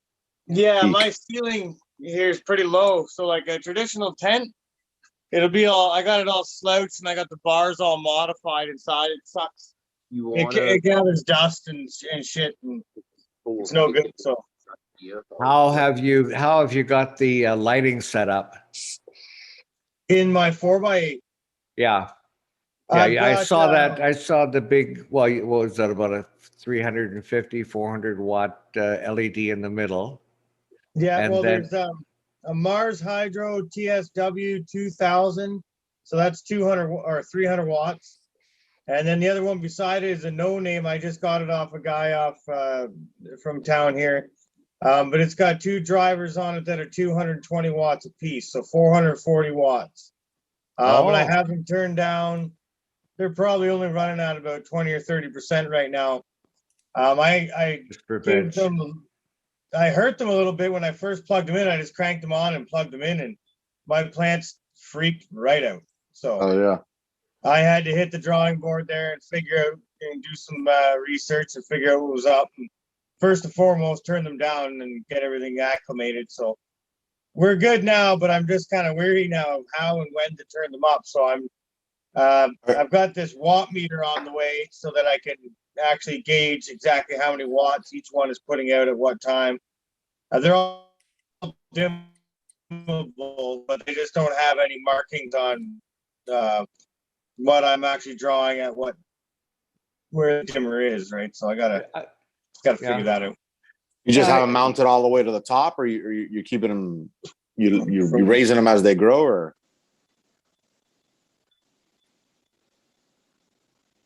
What's that? Sorry. Are your lights stationary, or do you raise them as the plants grow? I have them on ratchet straps, but I raise them over as high as I can. I did freak them out a bit at first, so I'm just trying to figure out the LED lights. They're still kind of new to me, so I'm keeping them as high as I can right now and turned right down just to get everything back on track here. You should There's be some able pretty to. I'm sorry, Rick. There's some pretty inexpensive like lux meters. They're not really, detailed on the actual PAR PPFD. You could do a conversion, but you could have an idea with your kilowatt and that lux. At least the two lights will be at the same lux, and then from there your kilowatts, and you can do an average of more or less how you're doing, and get a little conversion. I use a PAR meter a have an lot app. for, but just the lux thing isn't too accurate. I have an Apogee that I've used for the aquarium trade for a decade and a half. It's waterproof. You put the probe in the water, and I can check the PAR for all the corals and shit. But those things are $500 or some stupid shit like that. But the Lux ones they're good. They'll at least tell you, get you in a range and a consistency of the two. But in the meantime, the plants will you'll be surprised how much they'll take, and it's nice to have these fancy meters, but all you got to do is look at the plant, and it'll tell you pretty quick if it's getting too much light. But Well, I think would I'd crank it up pretty quick. Yeah, because I vegged under a large T5 here. I think I have the light fixture right over here, actually. Yeah, you can see that light fixture up against the wall there. That's they vegged under that initially, and then I put them under those LEDs at almost full blast, I'm pretty sure, and they just freak right the fuck out. So Yeah, and that's understandable. But now they've been there how long? oh, they've been there a good 3 to 5 weeks at least. Somewhere in there, fuck. I'm not sure. Crank it up, buddy. As long as you control the temperature, absolutely. I got an AC don't be unit afraid. in there that's vented to outside. I got fans and all that. So temperature and all that's not a problem. It's just I go 60, 70%. I freaked myself out by putting the lights on too strong at first. So I think we're But back in back. Oh, in the I zone noticed. right now. I Too noticed, much light could definitely be a problem, though. Also, Yeah, but it's a nice problem to have. Yeah, yeah. The dimmable part's nice too. I don't know what where the dimmers sit as I turn them. But new lights, work in progress. It's all good. Right on. you right could on. get a guesstimate. You know, you turn them down, turn them all the Yeah. way, put a halfway marker, and then from that halfway, you at least know that's a 50. Yeah, that's know, exactly shit. what I got going on right now. So That, and then when you put your kilowatt to it and you do 50% and it goes down 50 on watts, then shit, you're more or less, you're on path at Yep. least closer than what you're at right now, at least, That's cool. Yeah, Dave's not here, just in chat. He says, I'm back from watering. I didn't even know he fucking left. No, we all know. Sorry, Dave. I know where he really was. He was making waffles. Here's Dave. He was in the waffle rooms. Waffle making. He was waffling it up. Waffle. Awful I got waffle. my waffle notification, but I can't be sending him any more money, man. Oh, fuck.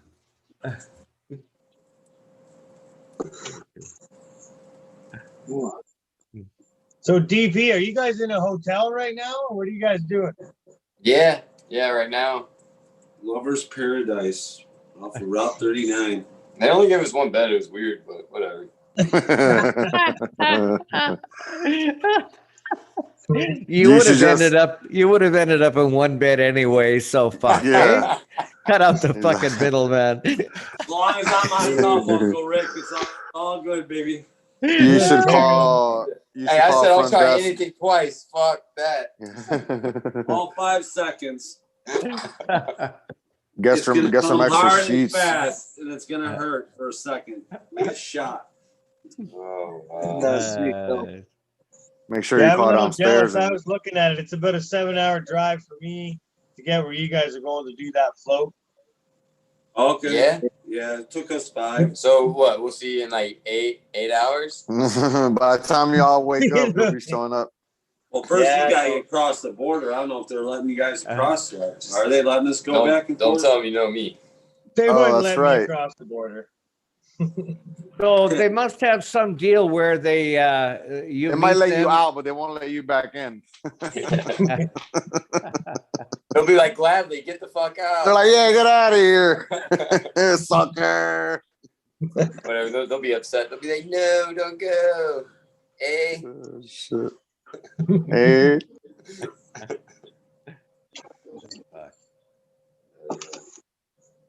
What's anybody smoking on anything crazy tonight? Anything fantastic? Anything super terpy? Anything boofable? What's up, guys? Well, now I don't want to answer. The orange rind flavor I was getting out of that orange cake that we were smoking earlier was pretty insane, man. For flavor, I really enjoyed it. I can't wait to smoke another one in a bit here once I calm down. And then that DQ we were popping on, buddy, like that's a straight kick to your head.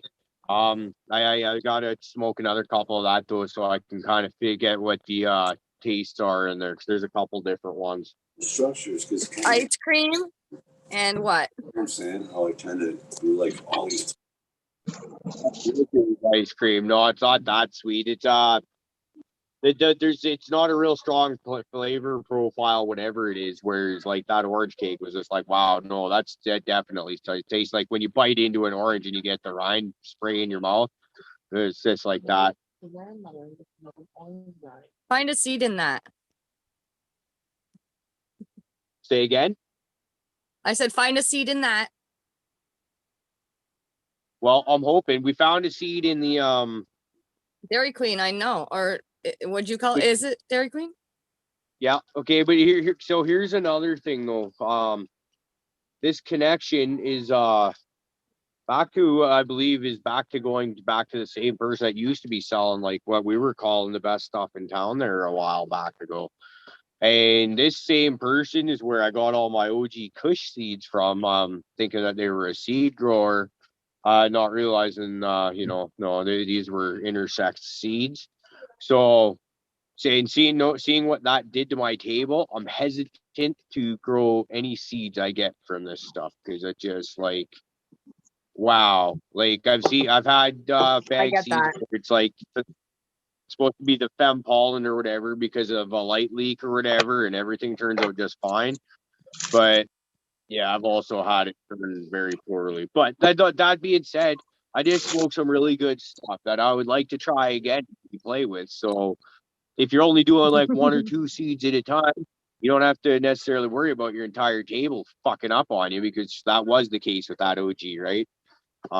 It was like every one of them.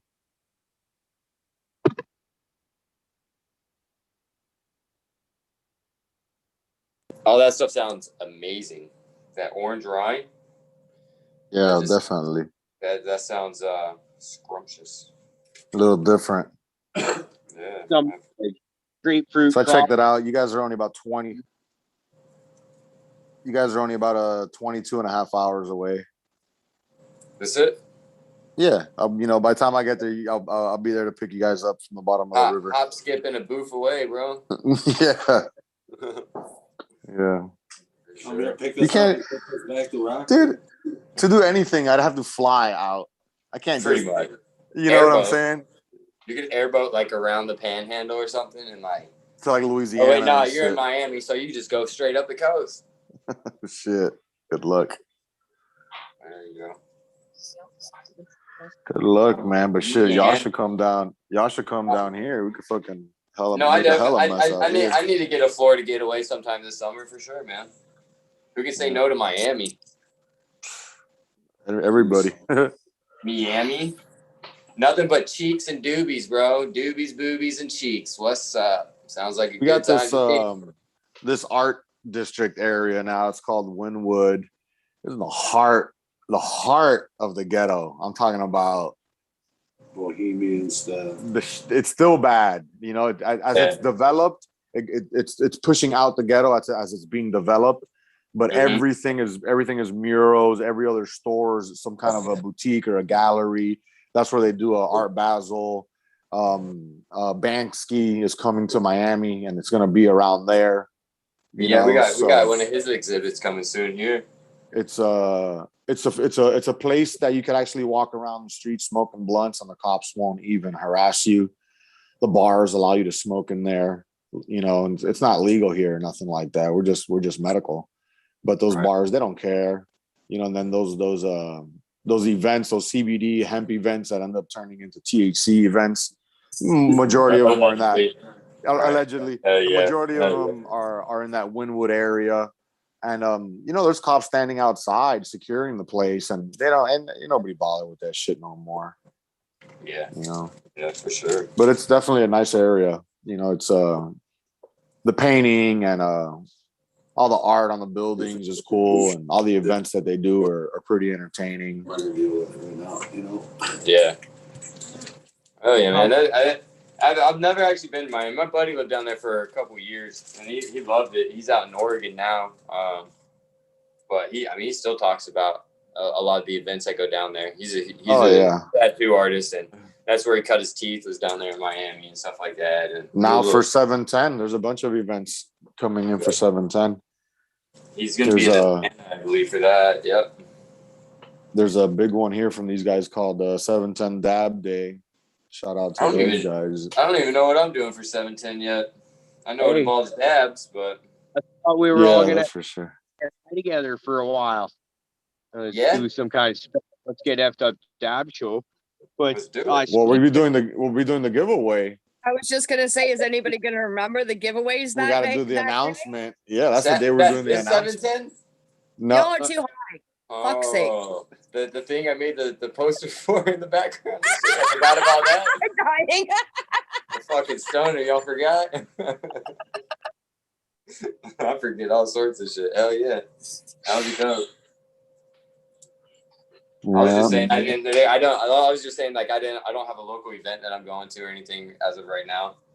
I did hear of a couple things going on, but they are opening up a couple of on-site consumption sites in Illinois, which is pretty exciting. It's going to be they're like little dab bars and shit like that. Yeah, it'll be about $150 at the door to get in, Yeah. and then you have to buy their products. But yeah, so that I'm actually kind of excited about the on-site consumption thing, but it will be ridiculous, I'm sure, at first.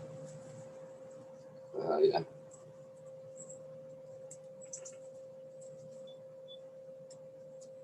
Ribbit. So there's a guy in Jersey called the Weed Man, right? The New Jersey Weed Man, I believe it's called. That's his brand or something to that extent. He's opening a lounge here in Miami. It's a cannabis lounge. So since it's a private club, our smoking law, the way it is if you want to smoke your medicine, it has to be in a public facility that allows cigarette smoking and allows if it allows cigarette smoking and it's a private facility, you're allowed to medicate. So what he's doing is creating a private club that allows smoking inside the private club. So medical patients could pay a membership and hang out at this lounge and smoke. What happens behind closed doors, allegedly. Well, see, that's what I like. It's a social thing to begin with, and then with COVID and everything, people are looking together for some sessions, man, trying to get together, do some dabs, do a couple bong rips, whatever, boof a couple, whatever, man, just having a good time with each other again. And I do like the idea of opening up those sites where you can do it, indoors with some other people and stuff. I'd love to start doing some kind of classes at my shop, some kind of gardening, such and such, since I'm starting to carry the FloraFlex stuff, I'm carrying that AC Infinity stuff. Hopefully, if I got on board with the Gaia Green, I got the Build a Soil stuff coming in. So if I can start having some classes after hours there, it'd be pretty cool. Hold some events and shit. Absolutely. We'll see. We'll grow into it. Be good for the community as well, Yeah, something different, We could sell hemp seeds. All seeds are considered hemp seeds. So it's what you do with them afterwards. With us, at least in Florida, it's like poppy seeds, man. You go to the grocery store and buy poppy seeds. Doesn't mean you're gonna be the next opium. We need to focus on not the legalization, but the right type of regulation. If it is going to be regulated the right way. You don't have to legalize it. What's that, crumble or rosin? Jibe, you're muted. Sorry, 710 man, but he's showing some. Yeah, it's Blue Dream Live Resin. Nice. It looked clean, dude. Yeah, it's pretty tasty, man. I was showing it earlier, but there's probably not a lot of people here. But yeah, super clear, nice and white. It's got nice and terpy, man. It's got a really good taste. I love it. Works good. I'm not. I don't like the indicas. The indicas are. They hit me pretty heavy, and I get useless real quick. Yeah, so especially really with the dabs. But sativas all day long. Is that? This is CBD crystals and Delta 8 sauce. Okay, nice. Yeah, I got a Delta 8 super terpy. Wow. You got a what? A Delta 8 like a distillate pen. Oh, word. I've not seen one yet. That's the first one I saw. Oh, we're not on mute. Hey guys, sorry. Didn't know we were on mute. I got here's a spray I was about to try. It's a Delta 8. That's pretty cool. Oral spray. Nice. So each spray is probably like 5. Is that an oral spray? Yeah. You could probably boof it though. You definitely boof it. You knew where I was going with it. I knew. That's where you take. That's where you take everything. That's where you take everything. Straight to the booth shoot. Straight to the booth shoot. So don't forget to hit that like button, everybody. I'm gonna take this dab here on this Puffco Peak. This isn't the one we're giving away. We'll be giving away a new one. not this recycled one. And the original, the OG. Yeah, so for 710 guys, the ones that haven't heard or haven't been tuned in, I'm sure the same crowd has heard this already, but for the ones that are going to hear it in the future, we will be giving away a Puffco Peak for 710 together with a Caribou Heart. Just go to my Instagram, 40 Acres Smoke Shop, tag 2 people, follow Caribou Heart TV, and if you are a Patreon or join up to be a Patreon, you get an extra entry in the giveaway. If you don't want the Puffco Peak, we could give you a magical butter machine. And that's about it, man. I hope somebody wins. Obviously, somebody's gonna win. For sure. You know, we're allowing Canada because you know a lot of you guys are but have we been getting lots of action on that post? Even There's a lot of Canada on the screen tonight, huh? Look at that. Y'all are representing hard. Because we're awesome. So Eldridge 25 tells me, how dare I tell him where to put his thumbs? I think that's fucking hilarious. Because I said hit the thumbs up button, so you know where thumbs go. Okay. Okay. Right over my head. Right over my head and into the pooper. I'll tell you what, this stuff is so fucking sticky. It stank. People on the phone. Yeah. Be knocking on the door. I'll tell you what though, Michigan is very cannabis friendly. Like every 2 miles down the road, there's like 7 billboards. And porn friendly. Oh yeah, so lots of movies and porn stores. Strip clubs, porn stars, and dispensaries down the highways of Michigan. Doobies. We're not complaining or nothing. We're just saying this is a pretty good place. I mean, I don't know. I can't wait for parole to end. I'm out here. Yeah. Do they sell like trim scissors at like the gas station and shit like that? Yeah, that's where we got the trim They give them out like bottles of water for people like riding races and shit. Man, it's wild. Sell fucking bubble bags and shit on the aisles of fucking like 7-Eleven and shit. They got trucks on the side of the fucking highway selling clones like apples and shit. No. They got a dry ice with a 220 micron bag kit. I used to see the rest stops on the fucking way up. Whoa, geez, oh Pete. Glory holes galore. I wouldn't be surprised. If there's someone over there for real. I waited in the car for him. I don't know what he was doing in there. So yeah, I don't want to know. I wouldn't be surprised if there's someone out there tomorrow really demoing some equipment or pressing some rosin or doing something to that extent. I don't know. We're gonna be on I'll find out. Rafts, but that'd be cool if they did. Yeah, but don't you guys have vendors there, right? Supposedly there's gonna be vendors at the beginning or at the end of this thing. You guys are fully informed. You got your itinerary set up, and you guys are I see that. Yeah, man, we are set up. Yeah, right. We jumped right in the car and started driving east. Let's say, hey, you want to go to Michigan? Yeah, let's go. Where do you want to stay? Wherever Dake Van Dan's staying somewhere over here, we found where he was staying. They were booked, so you guys are supposed to team up with someone. So when you make it to the bottom of the river, you got to ride back up to your car, or you park at the bottom. We'll link up with everybody before we head and jump in the river. But yeah, we just crap shoot it up here, you know. But oh yeah. Did you bring any rope, DP? Rope? Yeah, I got some rope left over at the house. No, here you got to take it on the trip with you, man. So you could tie some freaking some other boats up with you, man. Yeah, right. Some other inflatables. That wasn't one of the things I forgot. I forgot multiple things, but that was one of them too.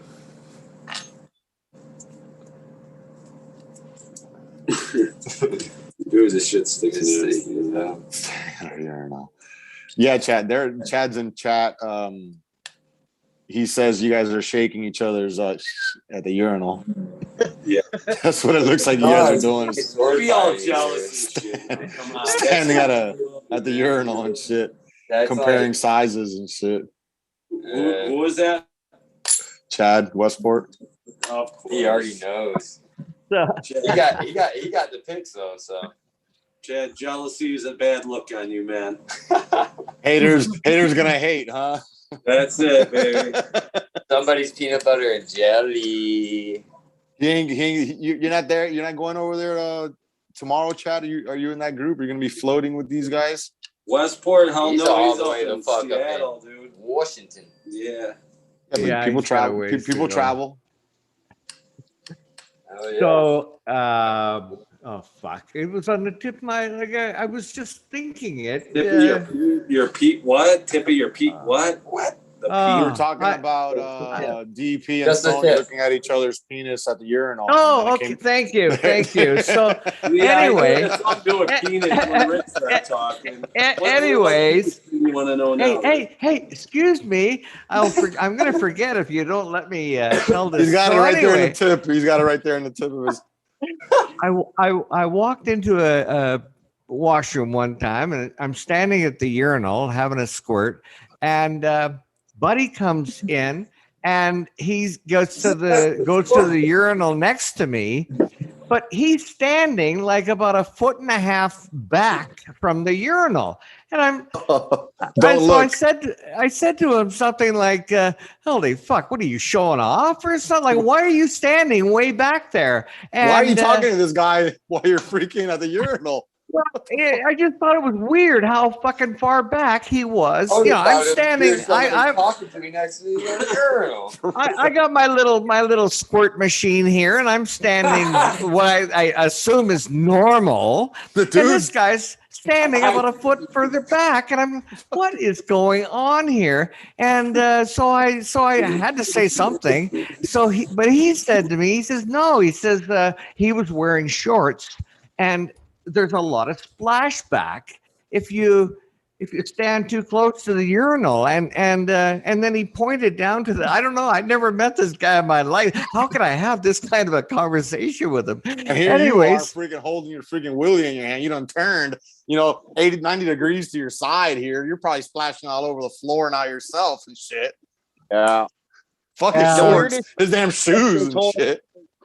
But listen, the next time I went in to a urinal wearing shorts, I discovered, I went, fuck, I think I was right, man. I'm pissing all over my fucking legs here.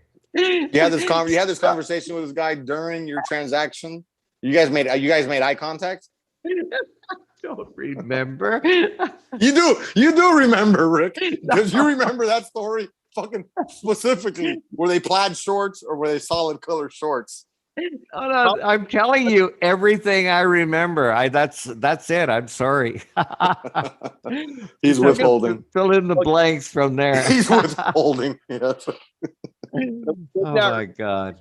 What about it is you got some dude standing there with his dick in his hand, and Rick just randomly walking up to him and starting a conversation like, "Hey man, what's going on here?" And so No. I had my dick in my hand as well, so we had something in common, and so we As did. long as you're gonna have his just went- dick in your hand, you're all right.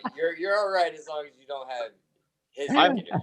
How long was this conversation going for? Wait, let me get this. I got so straight. many If my questions, dick in bro. my hand, I can approach another man that's got his dick in his hand. It's okay. It's cool, right? As long as we both got our swords drawn, it's okay. Oh God.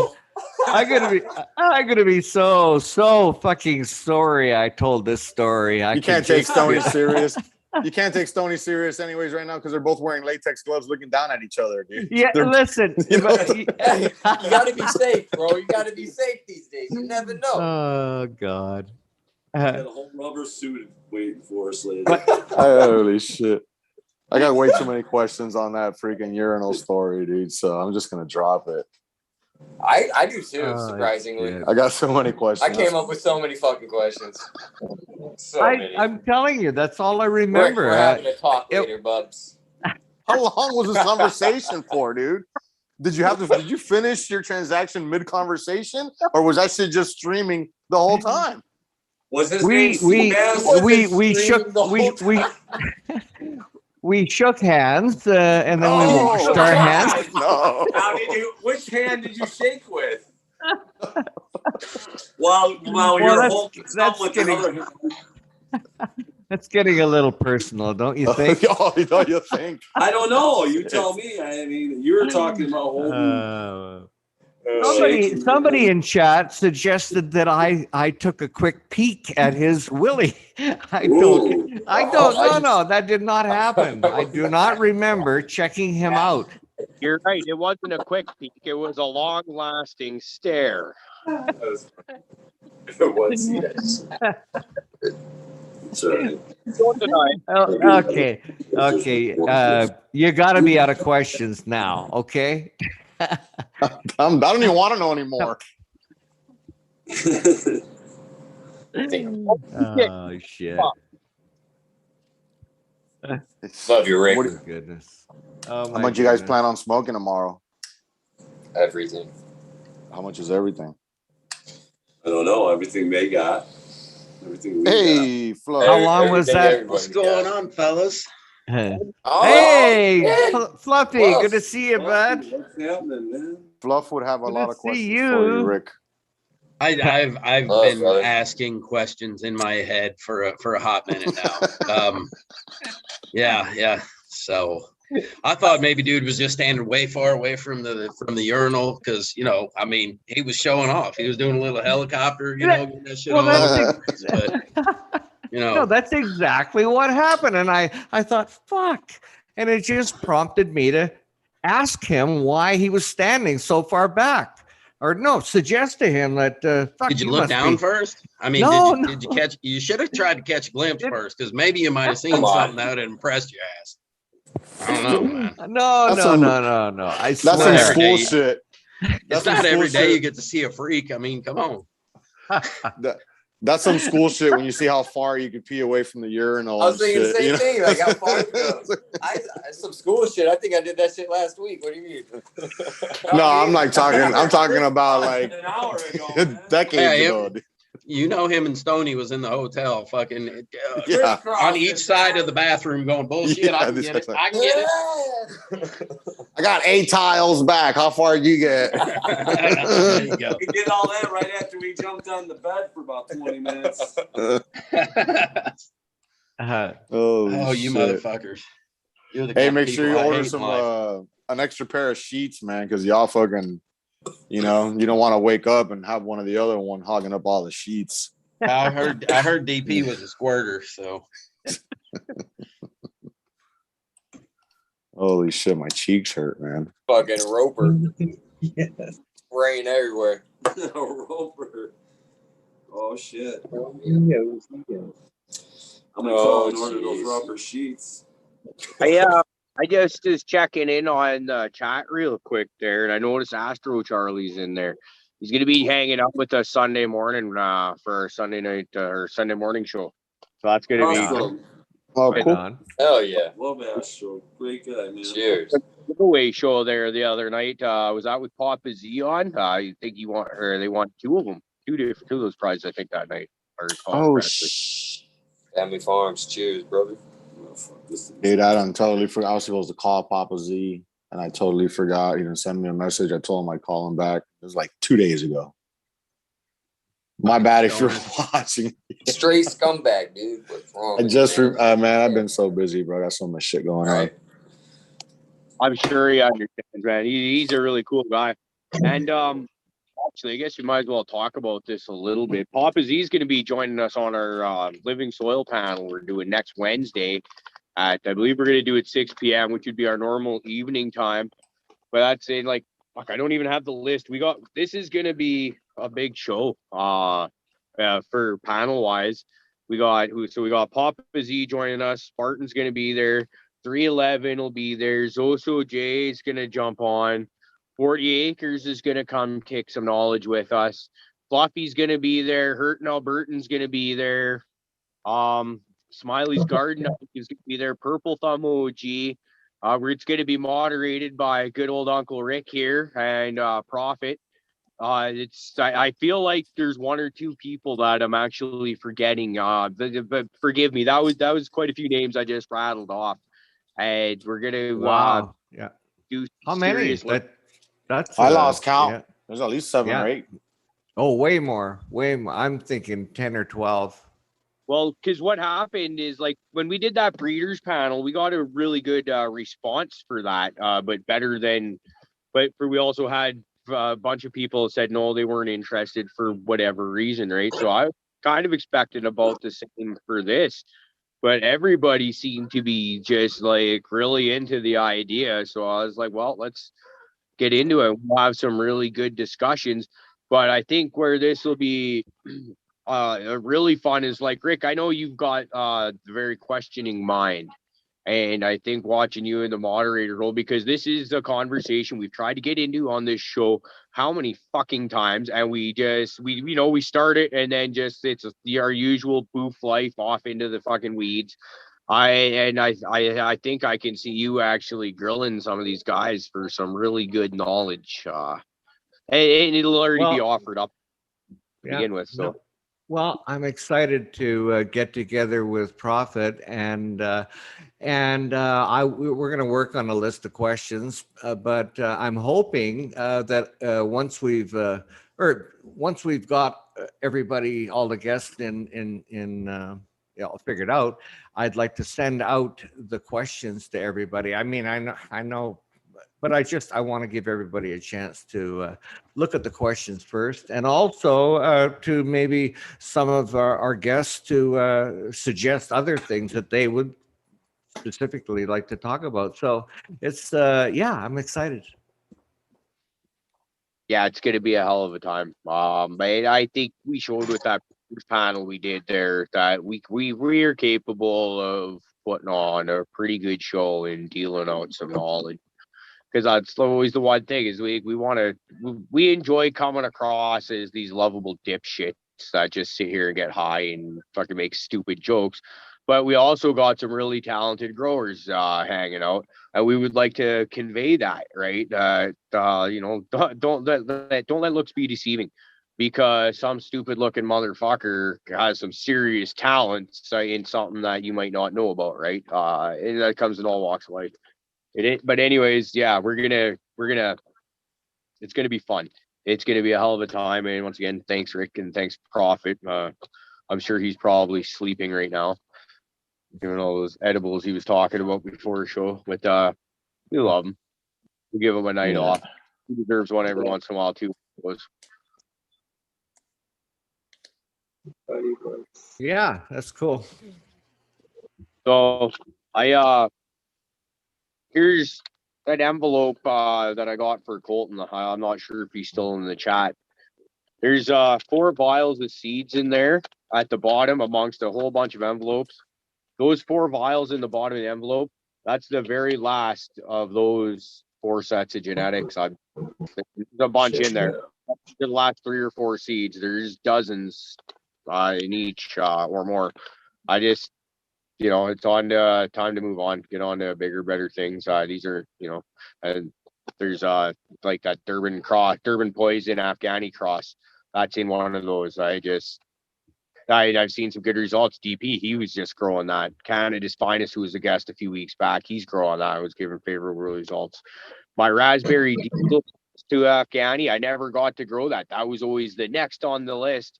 And then shit always kept happening, and just, stuff that I'd like to see growing out, but I don't have the time. So maybe someone else can do it for me. So that's for you, Colton. Thanks for being a kick-ass brother, and all the support and the love that you give us. A little bit of love coming right back at you. Burton, you've got a pretty kick-ass envelope coming your way too. I think you'll be quite happy with what you see in that.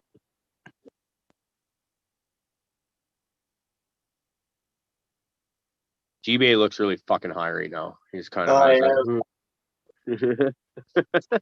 I'm just cruising along right now. Yeah, I'm pretty fucked up. It's different on my phone because I only can see 4 of you, 3, because I got me in my top left, Uncle Rick's beside me, you're directly below me, and I got Stoney and DP.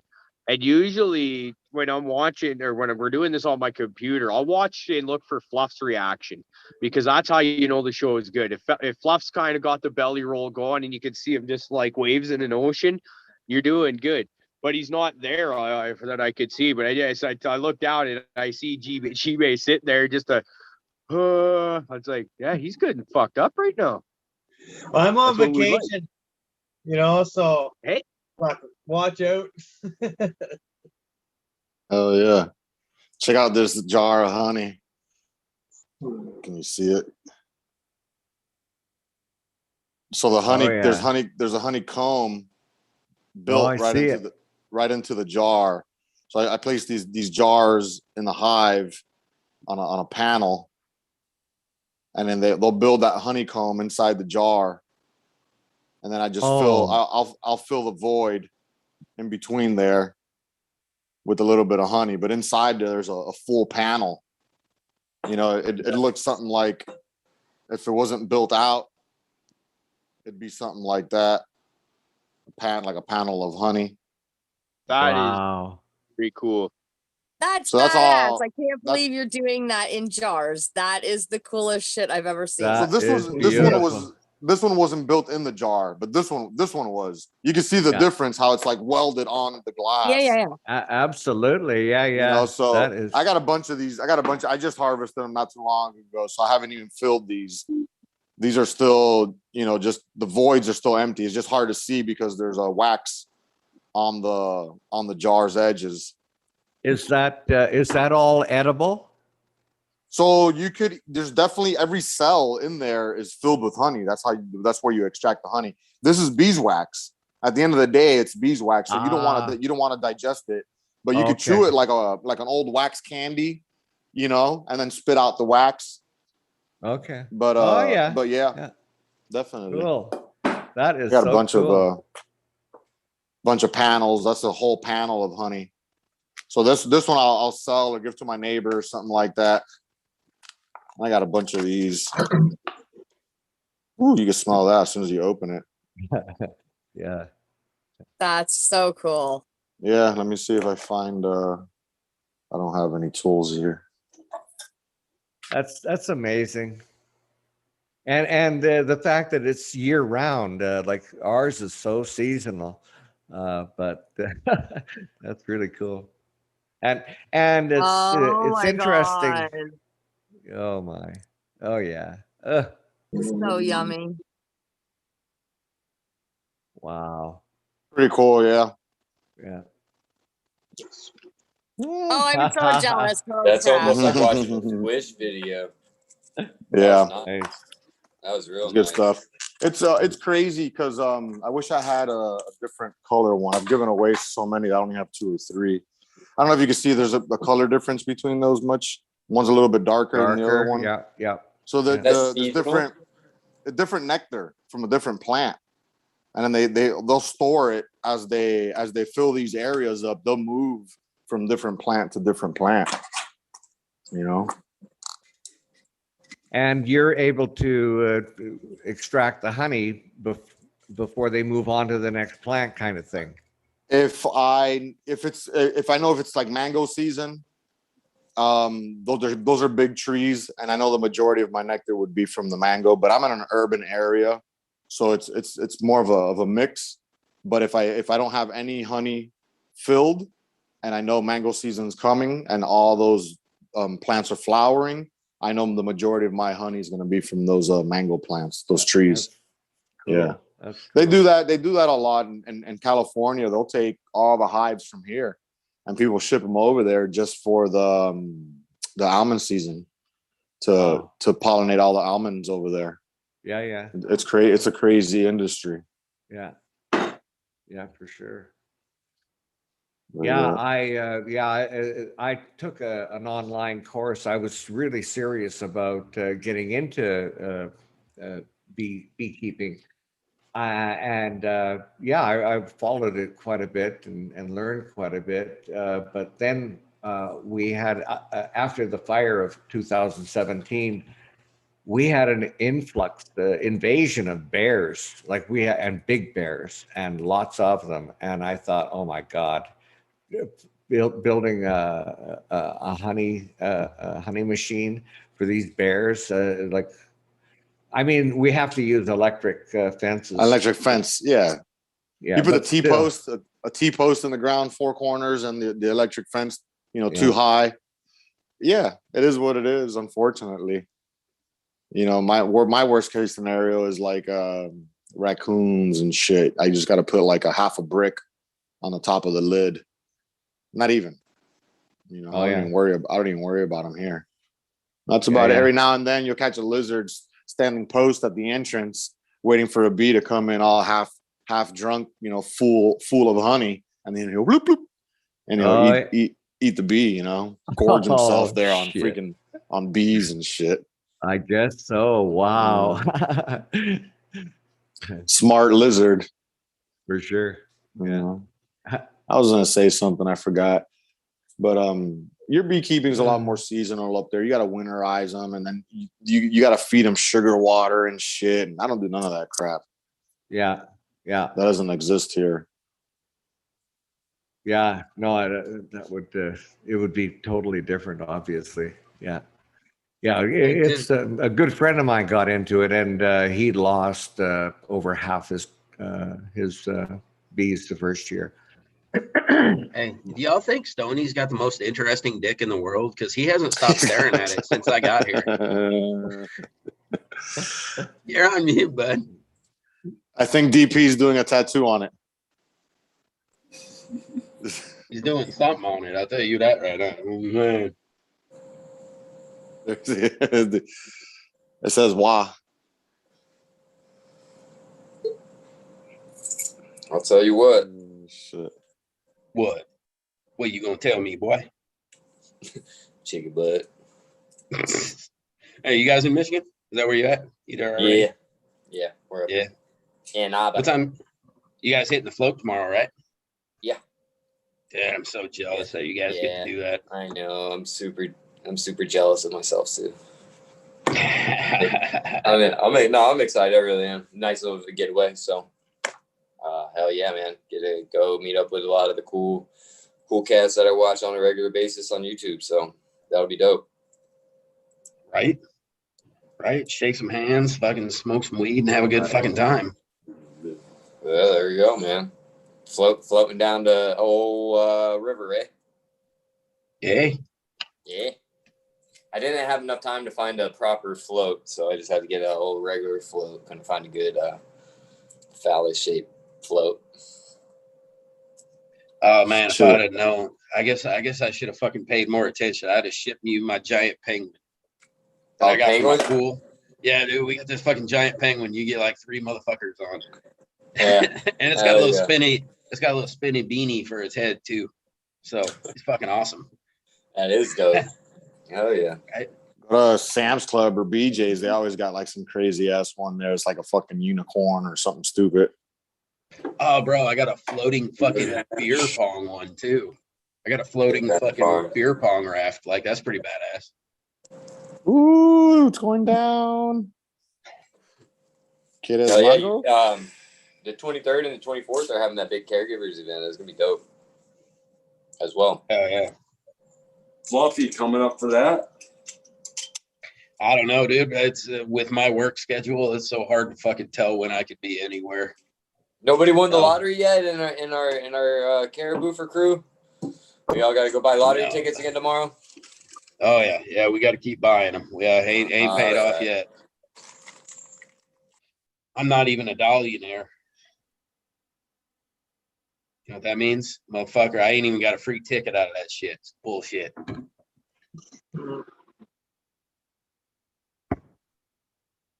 I stopped buying that shit. I used to play scratch offs all the time. And then my buddy came up behind me, bought the same fucking tickets I bought, and he only bought one, won $500. I said, I'm never playing again. Fuck that shit. Hey man, I think like when I turned like 18 and I was old enough to get one, I went out, I won like $40. I went to Burger King. I think I ate $40 worth of fucking Burger King, and then I said, fuck it, I don't need to buy anymore. It's all about the small things in life, you know what I'm saying? Keep it simple. My big win, $40 Burger King. I kept on thinking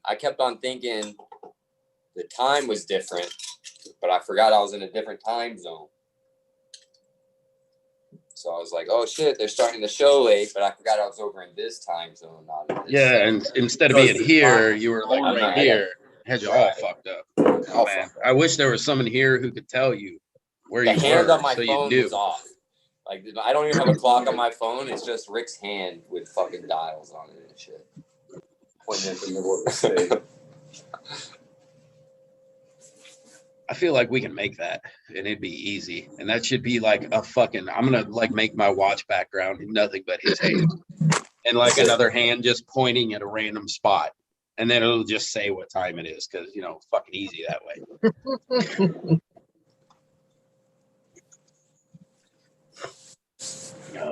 How you doing tonight, Miss Crazy Pop Mom? How's it going?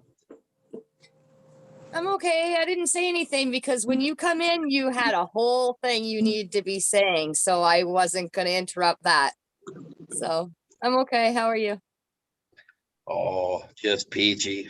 I actually went up and saw my parents today, so I haven't got to see them in a little while. So I've been having a good day, just hanging out with family. Got off work That's early. good. Yeah, good times. Yeah, it's nice to see family. Yeah. Well, it's nice when you get enough time off to be able to do it. True enough. As you said, your schedule is wonky. Yeah. It's kind of like you got to make money when they offer it, and so that's what I do. Yeah. Hey, Stoney. Oh my God, that's scary. How you doing with them Japanese beetles? I'm getting some of them kicking around too. I'm not too happy. Yeah, I have my pictures up in the private chat, but I didn't put them on Cannabides. But They yeah, suck. there's fucking so many things going on right now. It's just like, yeah, we're just doomed. They're Yeah. not too bad, but they're fucking weird, man, because I go back there. As soon as they see me now, they fly off the fucking plant. I Are get they 5 like- feet from them. I see them start scattering off. There might be 1 or 2 that stick around. I flick them off. They won't come back. I leave. I come back 20 minutes later. They're all back on. Put a scarecrow out there. I know. I'm Maybe gonna maybe scarecrow. put a stony scarecrow in there. That might work. That's What do they look like? They're just Scarecrows? like brown, iridescent fucking. They look like a beetle, just like probably about the size of a beetle. like a penny or something. With Yeah, they're clear shiny, wings, right? shiny green kind of like they're almost like brown, but then they got the shiny green kind of coating to them. Yeah, it's like iridescent. They change like the sun would move. It changes. Okay, to brown. yes. We're all having the same goddamn thing. Okay, I had to just make sure. I looked The it up. They problem we gave me a have- different name for it. There's no natural predators here in North America. What do they call it in Celsius? Oh my god. You guys kill me. Same shit. Oh, okay. I didn't know. What did I call that bug in the chat today, you guys? Do you remember what I called it? It was something hopper. No, he's There's talking about like a leafhoppers, Japanese too. beetle, right? You're talking about leafhopper. Yeah, You there's had an different- Right, iridescent basket. leafhopper. Yeah, leaf okay. hoppers so are these like little triangular That's looking. how these fly. Yeah, it's different. Yeah, I got Yeah, those too. yeah. I I got don't Tony, know. you're- It's my first year growing outdoors. Tony, you're It talking about a sucks. Japanese beetle, right? Yeah. Yeah. The Japanese beetle is just that brown. It's really hard. It's got the like pokey ass fucking legs. They're just fucking annoying. They get in your hair. Yeah. Yeah. Yeah, You see that's them what on he's if you talking play about. golf, they're always on the golf course. They're usually like on the green. They'll be all over the fucking place. Yeah, they're pretty bad. I guess we could have it worse, GB. They like hops, Yeah, I they don't- like cannabis plants. I read up on them, so yeah, they like to eat the cannabis plant. Now the thing is, I got the 2 out there. They only go to the one really. They don't like the other one. They go to the other one. So, but they're That's really good. not doing much damage. We looked at it today. I mean, the leaves all look good. So I don't know what they're doing. I caught 2 of them fucking on there yesterday. I got rid of them right away. Yeah, they just basically use it Watched as them a for a while really. though. It was weird. I mean, at worst, what are you looking at? I mean, you're It's the gonna have most to like action I've seen in clean a your long butt. time, man. I mean, I watched it There's for some- about 5 minutes. It was kind of Oh, you weird. fucking You're yanked it. You you're sick, Stony. Did you Oh, did you come on, check man. IDs? Did you check IDs before you started cranking to it? Like, No, make sure I everybody's won't. of age. I mean, I don't want you to be like that weirdo. You watch No, them dude. fuck Listen, man, I their grew up with brain. Mr. Rogers. I can enter the land of make believe, so I didn't need to crank it out then. I just saved that shit memory banked it, for later. Put that in the spank bank, Oh. Man, we're gonna get kicked out of this fucking hotel and talking like this. We're smoking in here. It's I'm waiting for the fucking smoke alarm to start. There goes the I alarm. know. Yeah. Hey, Yeah. man. I was going to ask earlier because I seen the cloud of smoke over by It's the right light. And I there. thought, we're not allowed to smoke in motel rooms here. You guys are lucky, but clearly you're not as lucky as I Yeah, thought. you gotta get a plastic bag. Oh, but no. Tie a plastic bag around it. Yeah. You'll be all be okay. Beep beep beep beep beep. You'll just see me boogie. There's Out of there. the only seed bank I could order from. Petty cry. No, it's the Black Creek heirloom seeds, man. You guys are Chad Westport, that is funny as fuck, dude. I've had some run-ins with some of those guys too, and yeah, it's real easy to change that fucking expression when one of them guys gives you the what the fuck look right back. In chat. Don't you worry about who I'm talking to, punk.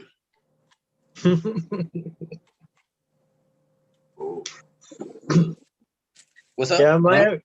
my outdoor garden's doing awesome so far. We had a bunch of rain the other week and like some pretty high humidity. Man, just everything shot up, man. It's awesome.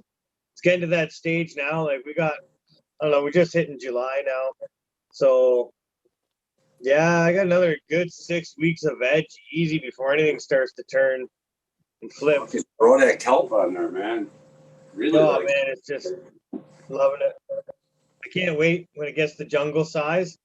Get out there, hang out there, over your head, everything, Right now they're only about a week or so, maybe a little test time, not even, but I got And mine so jacked you're- up and I haven't done any cleaning. So like by the time I get back home and I check it out and I start like going through it, I'm going to decide whether it's going to live or it's just going to get the axe. Cause we're at the, I don't give a fuck point anymore. If it's a pain in the ass, it's got to go, So man, I was hoping this year that I was going to pull it off just because it was in my nice garden where I've really taken care of the soil and stuff. And I mean, it looks great right now. Don't get me wrong. It looks fucking amazing. But that plant is just all fucked up between structurally and just the PM that fucking got out of control. So I was like, So when I get back home, I'm going to check it out. I'm going to decide if it's worth it. And I'm thinking most likely, unfortunately, mine's going to get the axe this year. yeah.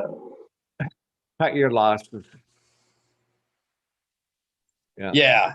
I mean, it's not worth it, or it fucking dragging other pests over to my actual veggies and stuff. And, I don't want to lose my fucking veggie garden just because of one stupid ass plant that, Yeah. So. Or bring anything in the house. Yeah, that too, right? But I mean, I don't worry too much about if something's going to eat the leaves on my fucking tomatoes. As long as the tomatoes producing and it still looks fucking healthy, I'm just going to let it rock. So I'm still going to have bug issues at some point, probably because of my veggies. Just because I'm also not, I'm not going to be that. I'm fairly careful, but I mean, I'll go back down in my indoor garden after I've been playing in my outdoor garden, and I don't worry about it too god awful much. Even with the powdery mildew. Yeah, I'm usually running like 35% humidity in flower or some stupid shit because I refuse to run a humidifier. So powdery mildew, and I've got a shit ton of airflow moving around, so I'm not too god awful worried about powdery mildew. If I catch a spot, I can treat it so fast it'll be gone before it's even got a chance. Cool. But that being said, I also don't roll around in the powdery mildew and then go decide to fucking trim my plants either. That's not really a thing. You know, I do take some precautions. I don't just throw all fucking caution to the wind with my garden just because I can.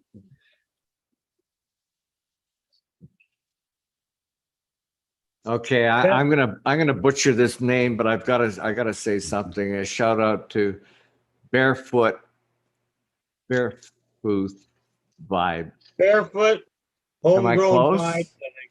Am I close? Yeah, he says that your tapestry blowing in the wind is really trippy. It looks so cool. Here's the thing, it's not moving. Okay, that's what you're seeing. So it's doing its job, okay? Just gonna tell you.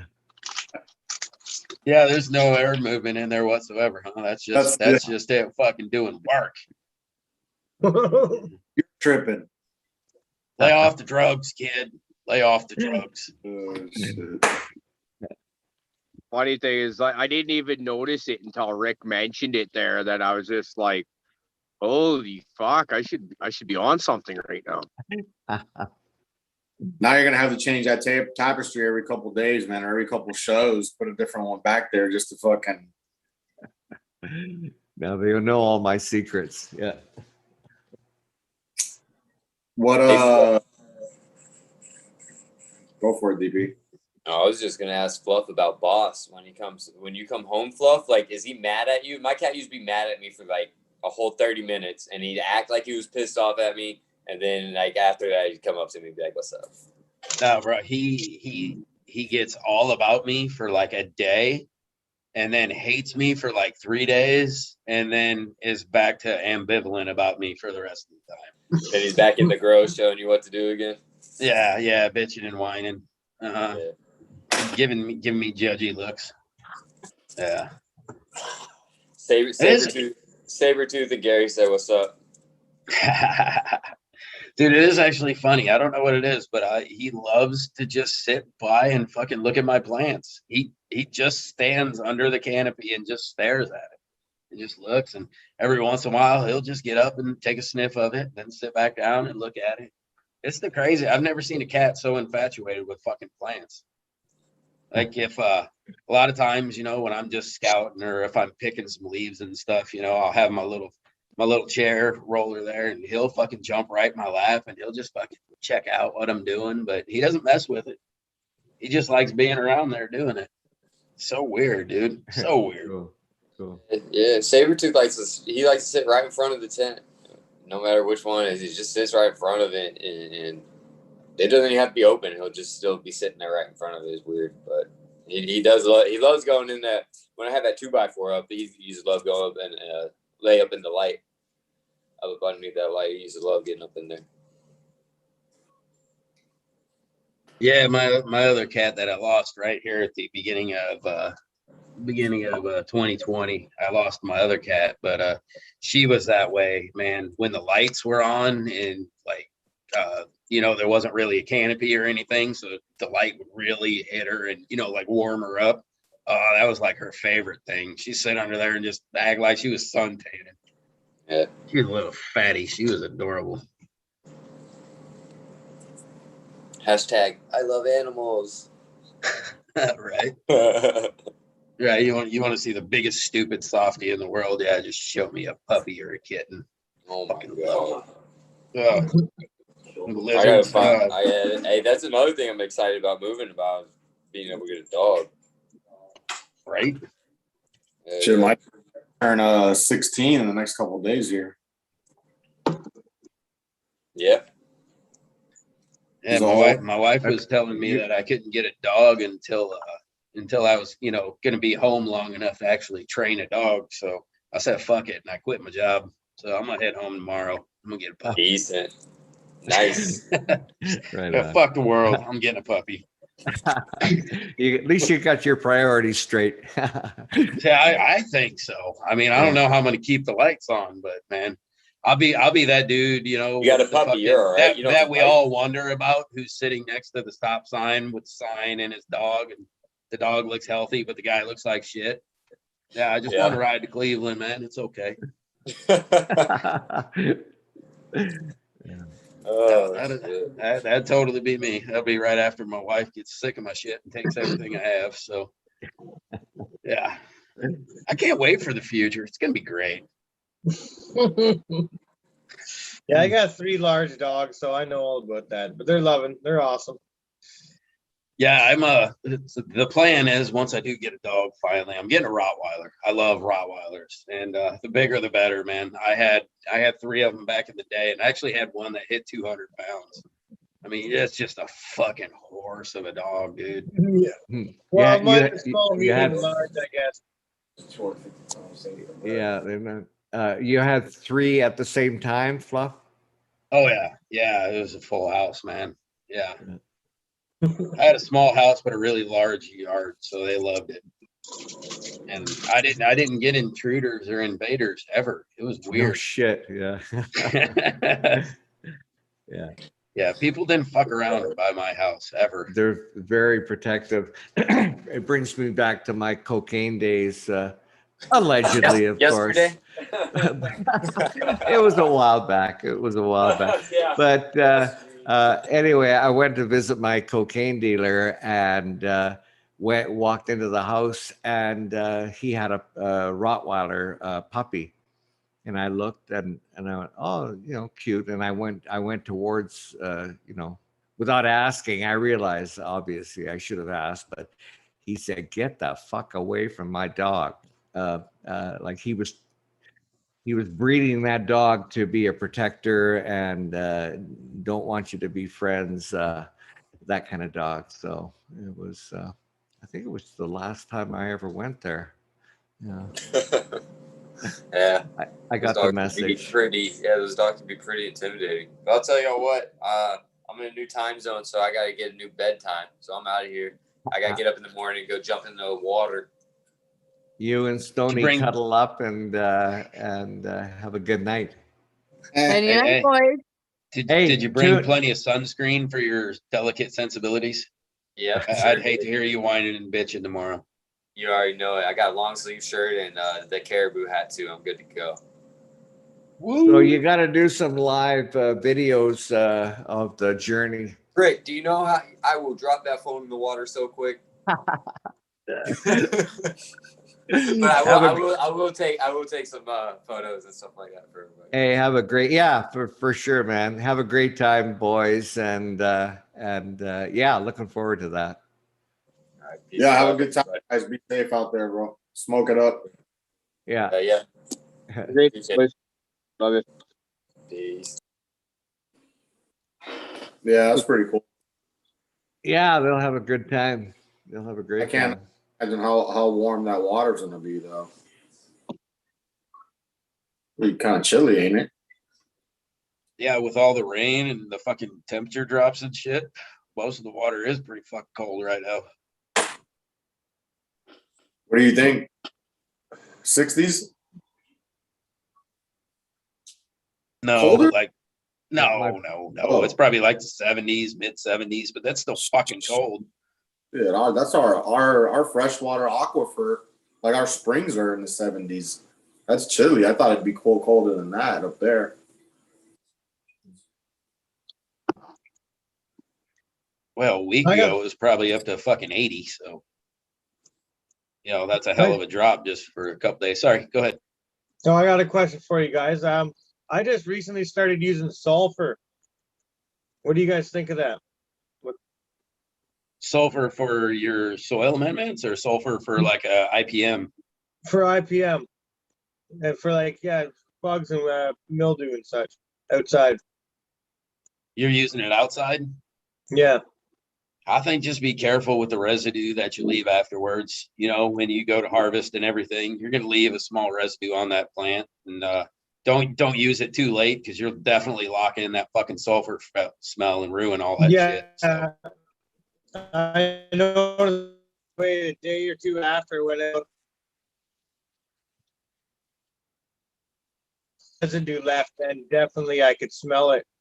So I don't know if I'll keep using it or not, but damn, it worked. But I don't think I'd ever use it in a flower at all, ever.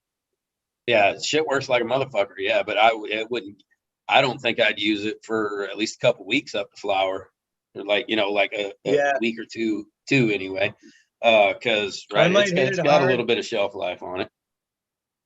I might hit it hard for the next month with that, and then put that aside and go to something a little gentler. Yeah, that's probably what I would do. Yeah, and then use that gentler to help wash off some of that fucking sulfur residue before you start, Yeah. Well, I packing use a that sprayer. weight on. I use a sprayer, and I'll give it just a bath. Like after I noticed it had the powder left on it, even though I mixed it in water and sprayed it on, I just went through a day or two later and just sprayed it with clean water. Just I didn't get it figured out. I foliar feed every once in a while too with like I'll mix insect frass. Sounds kind of weird, but I got this insect frass mealworm frass, and it's got a recipe to mix up for a foliar feed. But same thing, Yeah, it leaves no. the residue on there, but that frass residue isn't bad. It's I guess it smells like genocide to insects, so they don't really want to come around. Yeah, I was just gonna say, I mean, that's actually part of what I would call my IPM regimen myself is I make insect frass teas that I foliar spray because well, part of it's for the chitin, right? The chitinase, I believe is what they call it. It's the broke down, shells and stuff that makes up the nutrient. So yeah, it's exactly, it smells like a fucking graveyard to them. So they're like, maybe we'll steer clear from here.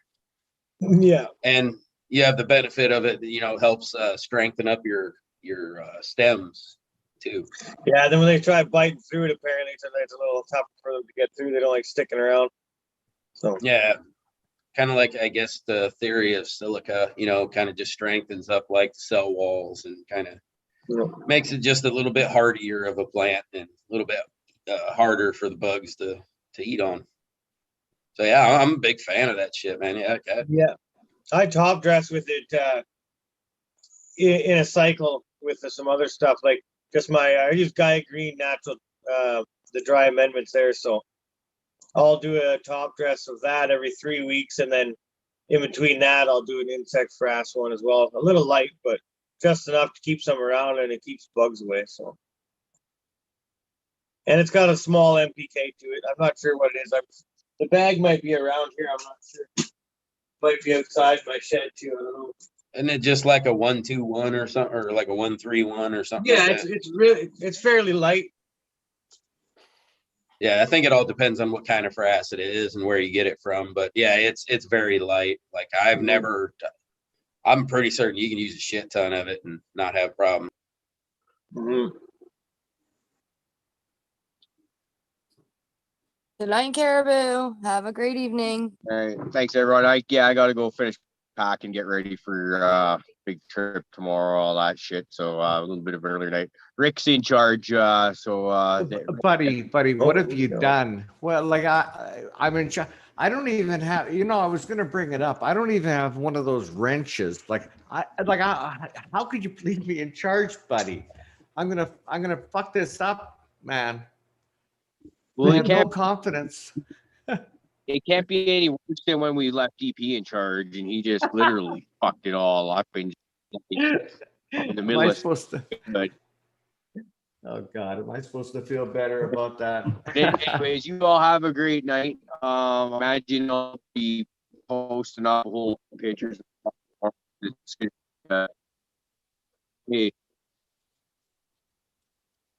But anyway, love you all. Thanks everybody for all the support. Everybody in the chat right now. Everybody that's going to be watching this later on. And yeah, if you're looking for some seeds, don't forget to go check out Superior Seed Bank.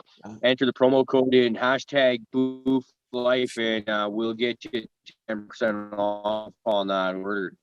That's pretty badass, I think. And they got some really good vendors in there for breeders. I think that's the word I meant to say. I'm pretty effed up.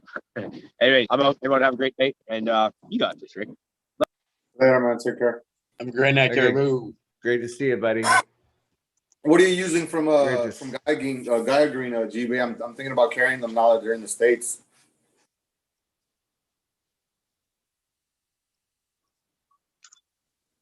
That was to you, G-Bay. What are you sorry, using? what's that? Oh, What are you? you're using from Gaia Green? I'm thinking about carrying them at the shop, man. Now they're in the States now. Okay, yeah, I just buy in bulk their 444 general purpose and as well as their Power Bloom. And my first year I bought all individual. And you can buy all their buckets individual of basically any like dry amendment you can think of, they probably carry it. I don't want to try listing them all, but just the big bags here that I got. Yeah. Yeah, I'm not gonna 20 be carrying. kilograms, it's a little heavy, but That's what I'll do. so is you can carry- buy what's that? That's what I'll end up doing is just carrying a couple of their mixes because I'm not gonna carry every single dry amendment. Yeah, you get these little buckets here with all the different ingredients individually, or you can get 10 or 20 kilogram bags. And I believe they only have the two, the all-purpose and the bloom. But You said the Power Bloom, is that like the 484 that they make? no, it's 28. This is 284. 284 on the Power Bloom? Okay. Yeah. And 444 on the all-purpose. I just wanted to switch up because I was messing up all the bottles I was trying to use. Really busy guy, and I'm always messing shit up, so I was getting a little frustrated. And I figured I needed something that was kind of a little, kind of working on Autos. Wayman said for me. You were breaking up. That's for your autos. Autos and photos. I do my whole outdoor garden is all done with the Gaia Green as well. All my vegetable gardens and all my cannabis outside. All your veggies too. Oh yeah. Oh, that's I pretty cool. spent quite a few dollars last was 2 years ago, and I jacked my backyard full. You don't compost or vermicompost or No, I tried and I couldn't keep up with it. With the dogs get into everything, and it wasn't working. So I got to buy that stuff. I've always wanted to try that Gaia Green. We could never get it in the States. I'm kind of glad they are now because I'm at some point when I need some, I'm definitely going to try it out. But there's only you know, two. I've been. There's only What's two. that? There's only two distributors right now for it. Well, it just so happens I might know one of them. So You probably already deal with one of them, the Hydro Farm shit. You know. But yeah, I use, you know, like the Down to Earth, you know, basically kind of the same thing, except, you know, I've definitely seen some damn good results with that 444 and that and their bloom. And I know I like that Down to Earth started making that 777, that biofish, and that stuff is just fucking amazing. Like it's gonna be hard to switch off of that stuff. I don't know. Do you guys have access to Down to Earth in Canada?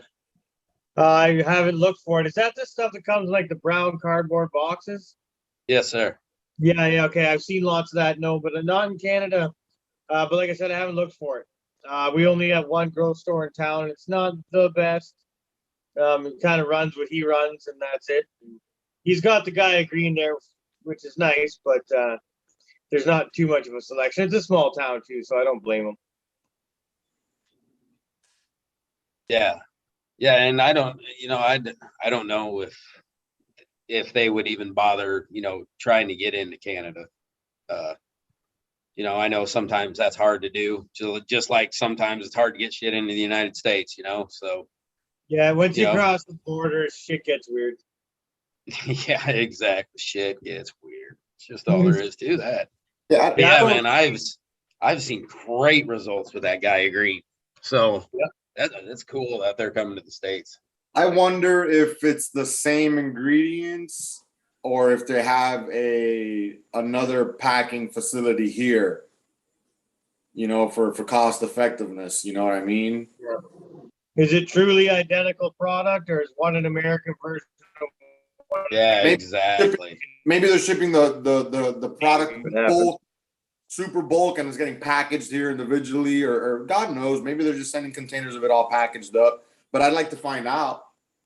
That'd be cool. Yeah, I mean, right. That'd be the difference. Is I want to try the stuff that's got like the Canadian minerals and the stuff from up north in that area. I want the stuff with those minerals. I don't want the same shit I can get from down to earth that they're pulling from wherever they're getting it from. I want wherever they're getting that from. So yeah, exactly. I don't want an American version. I want the Canadian version. Yeah. I was lucky enough the other day, a gentleman reached out to me from, I don't know if you guys have ever heard of Total Harvest Control, water only soils. I guess they have a sister company in Canada, Superior Growing Solutions, or maybe they're a distributor for them, but it's labeled Superior Growing Solutions. I heard him on a podcast anyways. He reached out to me and gave me some sample soil, so I'll be doing a run with that very shortly, which is pretty sweet. Yeah, I've seen people who use them. That's about the extent of it, but I've definitely seen good results. So nice. That'd be definitely cool to see what you churn out with that. If I can keep up the same style of growing as I do with the Gaia Green, but water only, I'll pay the few extra bucks because I'm busy. So if I can guarantee that I'm getting the ingredients in the soil is what I would use anyways, and all I got to do is water it, I'll try it out for sure. Yeah. I mean, yeah, I'm always down for shit like that for sure. So that's their selling feature. I guess so. Yeah. Says right on the bag, water only, and just top dress another couple inches of it at the start of flower and another couple inches of it 4 weeks in, and that's it. So am I going to do a video? I'm old. I'm going to record and document the whole grow. It'll be coming up. I don't know. It'll be August sometime. I'll start doing that. Oh, that's cool. So what can I do now to fuck things up? Since I'm in charge, I don't want to waste my time here. You should share your screen with all your credit card information again. Let's talk pest management because we had some problems with those stupid beetles, and I don't know, pests. It's outdoor season. Most of us are going outdoor, aren't we? Yeah. Also, like I'm just using what is it? End all miticide. Comes in the yellow bottle, concentrated. I think here it is, right here. Yeah. So made by Safers. Yeah. I find Safers to be a pretty good product. Everything I've used by them is good, but I'm always down for hearing about something stuff. by them. I don't really have issues outside. I had aphids, but a couple sprays and they're gone. Yeah, I'm not sure. I'm not sure which one mine is, but it is made by the same company. And that helped me with my last pest management fucking problem because I had many problems with one grow.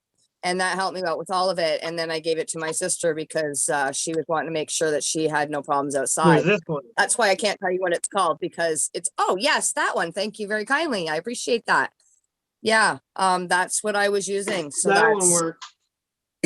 But then it's got sulfur in it. That I find it works pretty right. good. And that's why I only used it the once. Because again, I didn't want to use it at all, but it just became overwhelming. And it wasn't like I could just, okay, let's do it mildly. It was like, no fucking let's kick this in the ass before it wrecks the whole rest of my garden, right? Mhm. And I'm new to all the problems. So it's just like, holy shit. So it was more panic mode than anything. But I didn't like using it. So it was just like, no, I need to find other things. So now I use a lot of essential oils and stuff. But my sister's mixing them, so I don't even know what exactly I'm using. She's got her own regimen. And I'm just like, well, I'm not buying all that shit. I give you shit all the time. So we just kind of back and forth, stuff like that. So it's not costly, right? Yeah. I do a little bit of companion planting. I got quite a few marigolds kicking through at the garden. Little We patch can't of keep them alive chives. here. Pardon? we can't keep them alive here. The pests like them more than the freaking marijuana plants. Good. Keep planting more fucking marigolds then.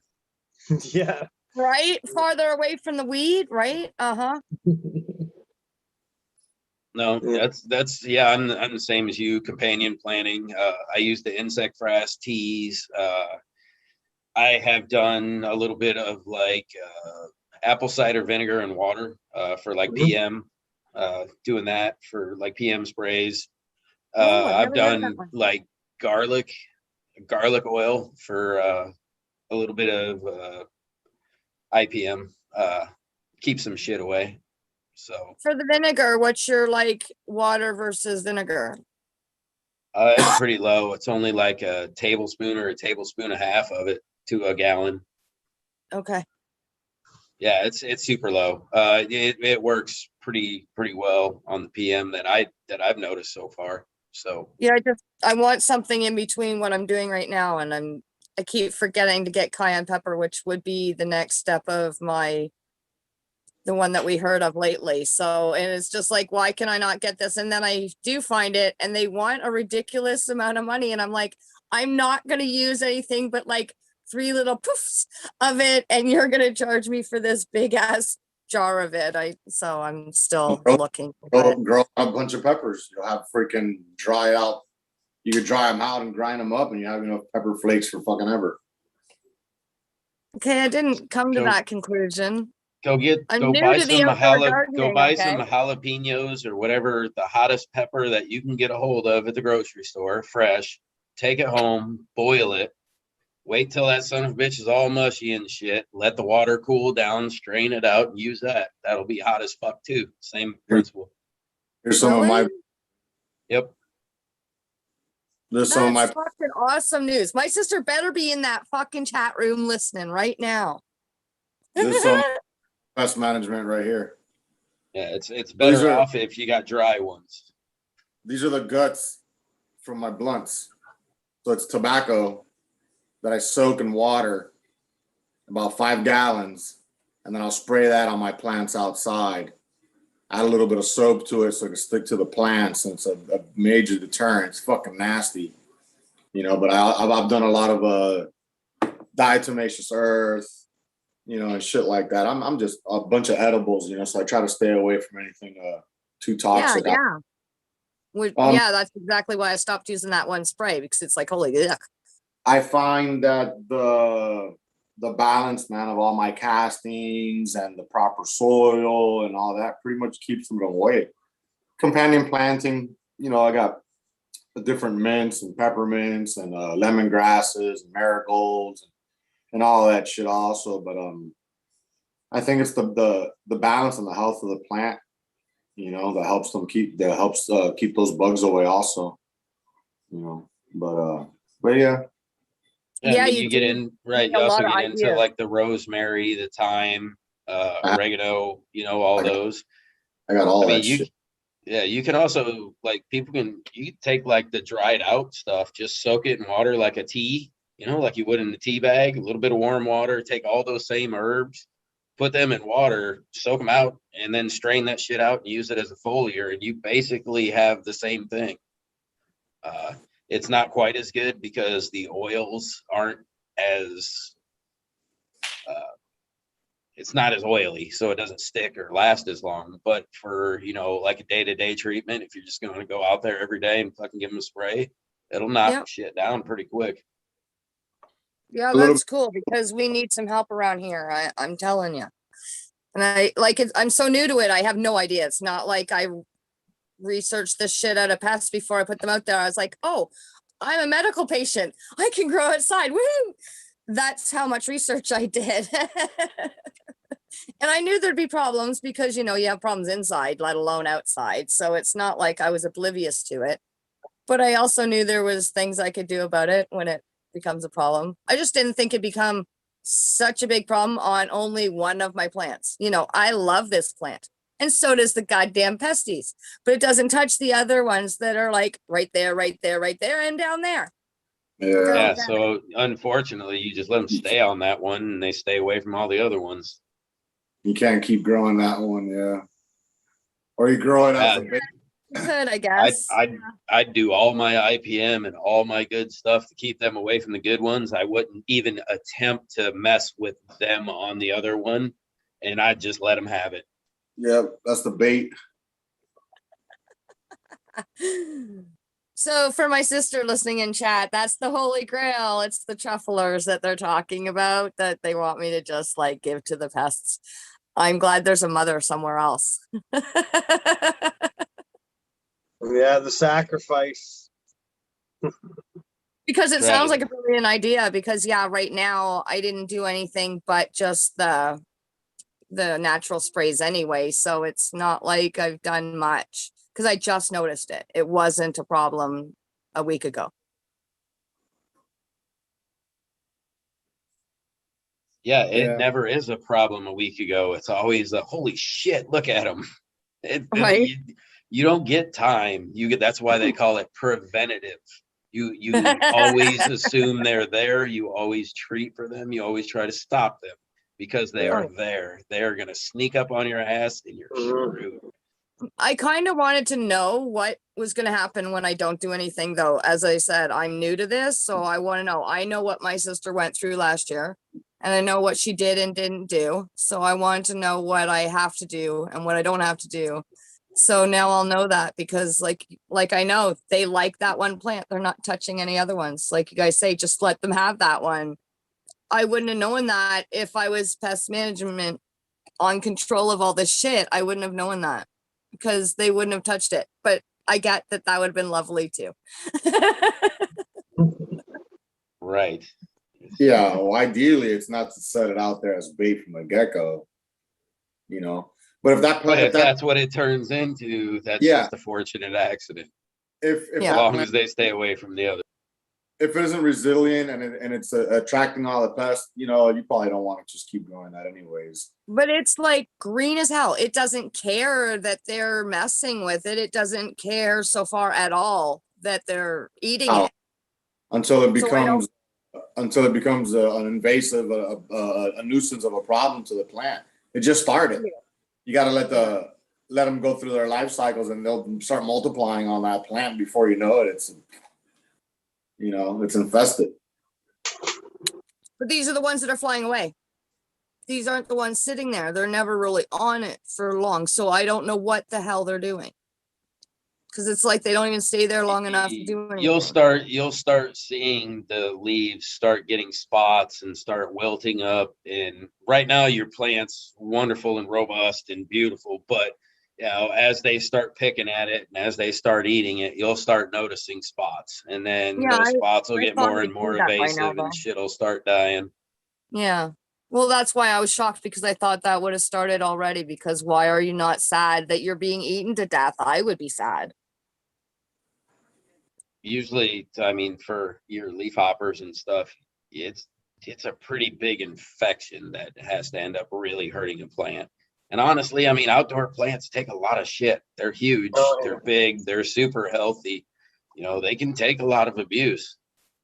And I mean, I've never myself, without somebody spraying a whole lot of shit and spending a whole lot of time on them, I've never seen real great picture worthy outdoor plants where, you know, the fan leaves were still gorgeous green and there were no problems. And no, you always find little spots and shit. And it's always just a hair fucked up. So, you know, that's just kind of the life of an outside plant. They get a little ass whooping. That's Yeah. what makes them fucking wonderful. Well, mine were being hailed on today for 15 minutes. Big chunks of hail. I was like, I'm babysitting. Why I'm were like, they getting "Oh my hailed? Get an God." umbrella, woman, and go save your I'm plants. babysitting. I begged people. I begged my sister. Tell I'm those like, "Can you goddamn just go over kids to to my get house out and there. hold it?" Fucking make them Yes, I worth did ask something. everybody. I was like, go to my sister, go to my house, sister, and hold something over my plants, please, because I can't get there. She tells me 2 hours later, I was sleeping. I couldn't help you. What good are you? Jesus Christ, I needed help today. I saw a hail thing for your car like yesterday somewhere. You park your car, it inflates, and if the hail hits it, it just bounces off the inflatable. Hey, better than your car getting beat the fuck up. Well, yeah, they were That's- pretty big today. That's what I for the pay day that insurance We've had for. 43 degrees. Yeah, I hear you. How the hell do we have hail today when we were just sweating our balls off 2 days ago? It doesn't make any sense whatsoever. It's not like we're in any kind of like cold weather. So it was shocking. to Excuse see me, that crap excuse me. today. Yes, I Excuse me. do. Don't you know? You sweat your balls off? Did you not know? Oh, You weren't here on the Mother's Day show? oh my goodness. Oh, okay. Well, that's cool. So I really got fucked up here in chat. Chad is telling us about some lights that he's installing. And then I asked a question. I asked, how many watts are you adding? And he answered the question before, like if you look in chat, he No. answered the question before I fucking asked the question. No, that's not how it works. What happened? Bro, you didn't know? You didn't Put know down. Chad? Chad It's is like- fucking amazing. I'm All gonna right, tell you what happened. that's what happened. Hey, look, don't fuck He's a with the fucking magic. he's a Don't fuck mind with the reader. magic rods. He's a mind looked- reader. It took him 8 minutes to ask him how many watts are you gonna add, and by the time Rick looked back up, the answer was already there. You know, Rick just didn't notice. Hey, Wait. hey, it's Wait. The question, like, okay, if you follow Chad, okay, Chad made a statement and then he said 150 watts. And then I said, how many watts are you adding? Right, but he was already the sentence before his 150 watt. He was explaining the light, so he knew hindsight that the next question was gonna be how many watts. So he Okay. already put that in there. hey, Rod. He knows. You were the fucking kid on the school bus who told everybody fucking Santa wasn't real, weren't you? Weren't you? No, You were that little bastard. Come on. Okay, I know well, you were. listen. That's what- I feel bad about bringing up the unicorn thing, but I mean, Rick. facts That's right, Rick stuff. facts are facts, okay? Unicorns aren't real. Santa, we're Kids still watching, we're still up on the limb on that one. If there's any kids watching, you might want to log off. This guy's gonna spoil it for you right now. Oh, by the way, yeah, thank you for reminding me before we sign off. I should have said this at the beginning. Like, so if you're underage, if you're in a state or country or territory where you shouldn't be listening to this, now's the time to get the fuck out of here, okay? But if you come back when you're of age, and we'll share the rest of the story with you then. In the meantime, fuck off. Good, got that out of my system. Hey, tell him to take off, eh? You ain't gotta go home. You gotta get the fuck out of here.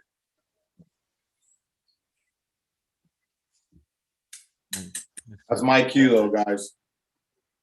I'm gonna drop the free giveaway, Puffco Peak 710 giveaway. So on 710 we'll announce the winner for Puffco Peak, the original Puffco Peak.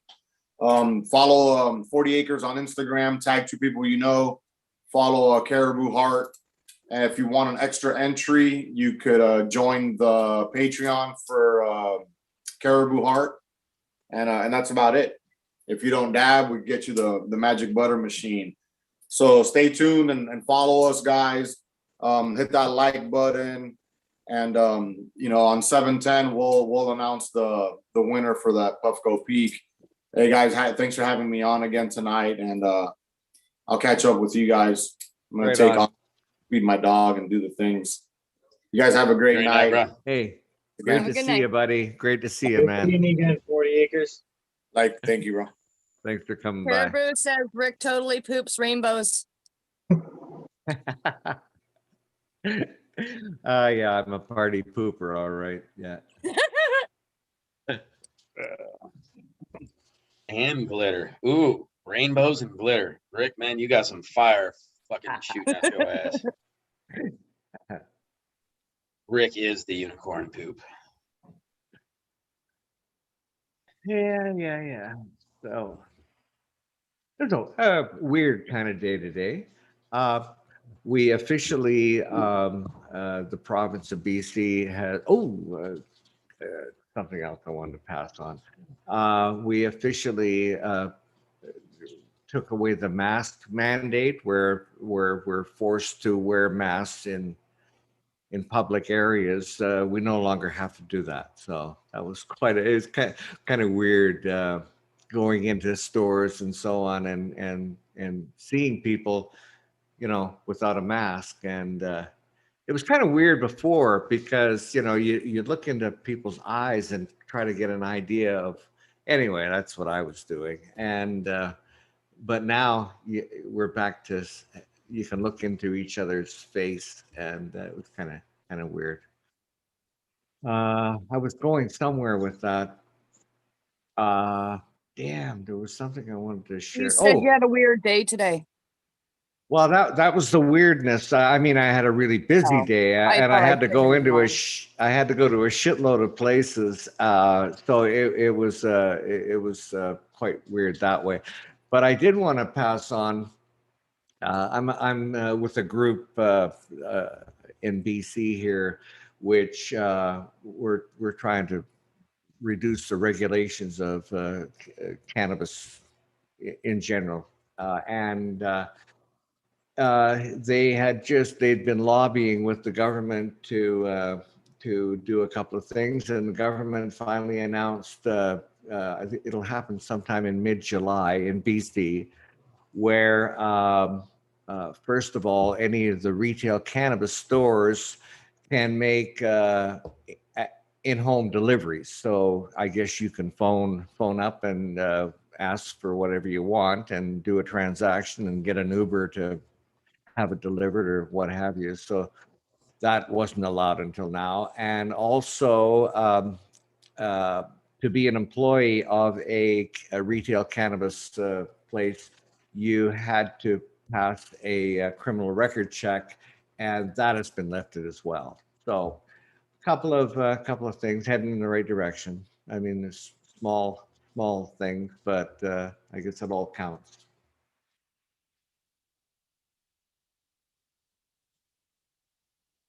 So, yeah. Yeah, I never understood the whole criminal thing working at a Bob place. It's already fully regulated so heavily. Like, what's like, you're not going to hire a felon in the first place for most things, like generally working customer service style jobs. You know what I mean? But like with any like say petty crimes or misdemeanors, small reasons that you have a criminal record, stopping you from getting a job in any sector sucks. Sure, a violent criminal might not want to hire, but yeah, absolutely. And I guess it's fair for anybody to ask for or to expect a criminal record check, and maybe for other items. But I mean, it was so bad in say you were caught and convicted of a cannabis offense. That in itself was enough to not allow you to work at a retail cannabis store. So, I mean, I guess if you were a convicted felon for other maybe armed, I don't know. I don't know where you draw the line. But and I'm hearing in the States now, states that are legalizing recreational, they're also releasing people from prisons and expunging their records, which is what they should be doing. But definitely, the cannabis crimes usually, like, I get it if you're going to be a big time like drug dealer and there's violence involved, but if you're like, if you're getting arrested at home back in the day for like an ounce on your coffee table and you're going to fucking jail for 10 years, holy fuck, I'd be fucked. Oh, yeah. Yeah, that And kind they're of not shit's fucking violent. ridiculous. They're like, half the time they're just a chill dude that likes to smoke so he can go to bed, so he can get up and go to work.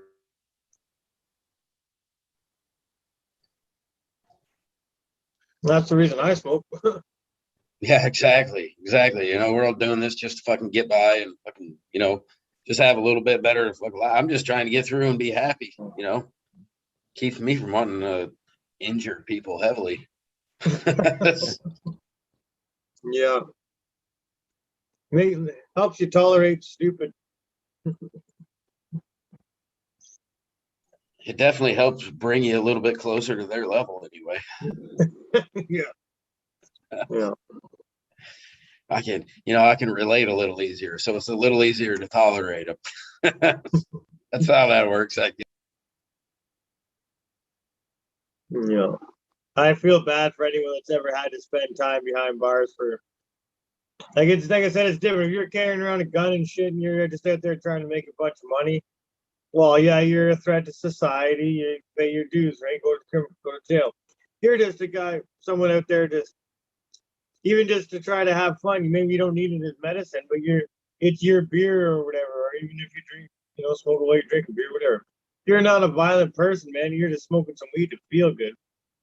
You end up in prison over it. That's more damaging to your life than any damage cannabis could ever do to you.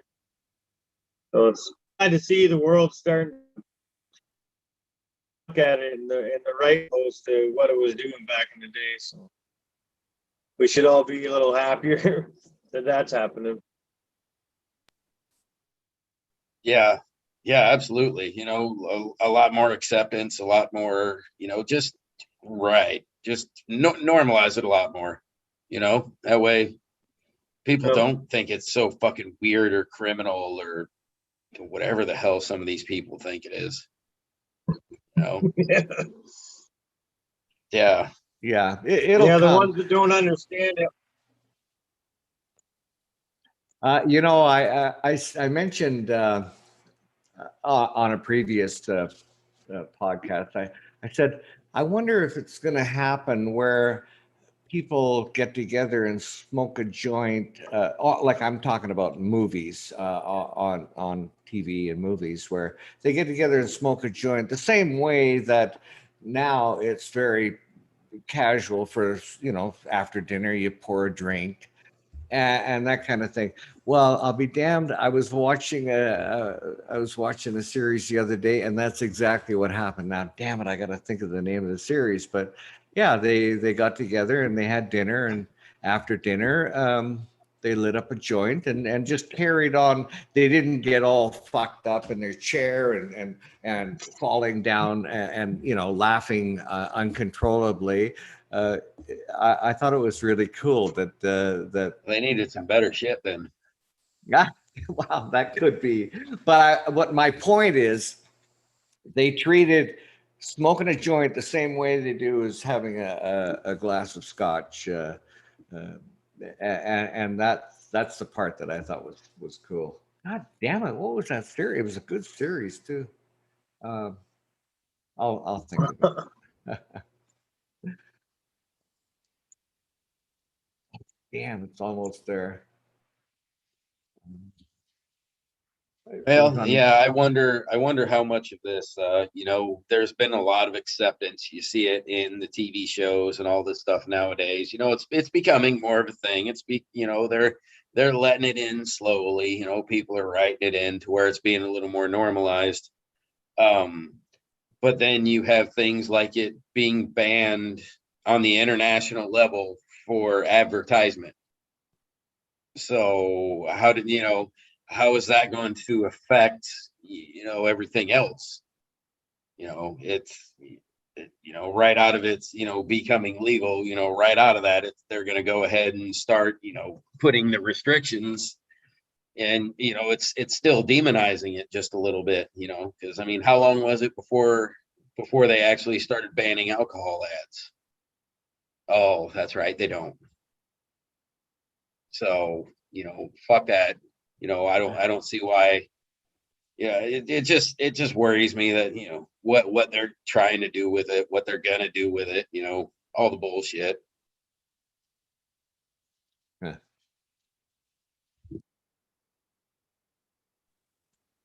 Yeah, I get in arguments, not arguments, but little debates with people at work and stuff sometimes about Like the one guy made a joke one day, because I wear my hat that has a little pot plant on or whatever, and he made a joke about people maybe not taking me serious because I wore the hat. I said, well, kind of like your Coors Light slow pitch hat. Well, that's different. I said, no, it's not fucking different. I didn't want to get into it at work, but I'm like, it's not different. Like now that it's legal the way it is, you know. And then another time someone said, about smoking around kids. It's like, I don't condone that, and it shouldn't be legal at all either.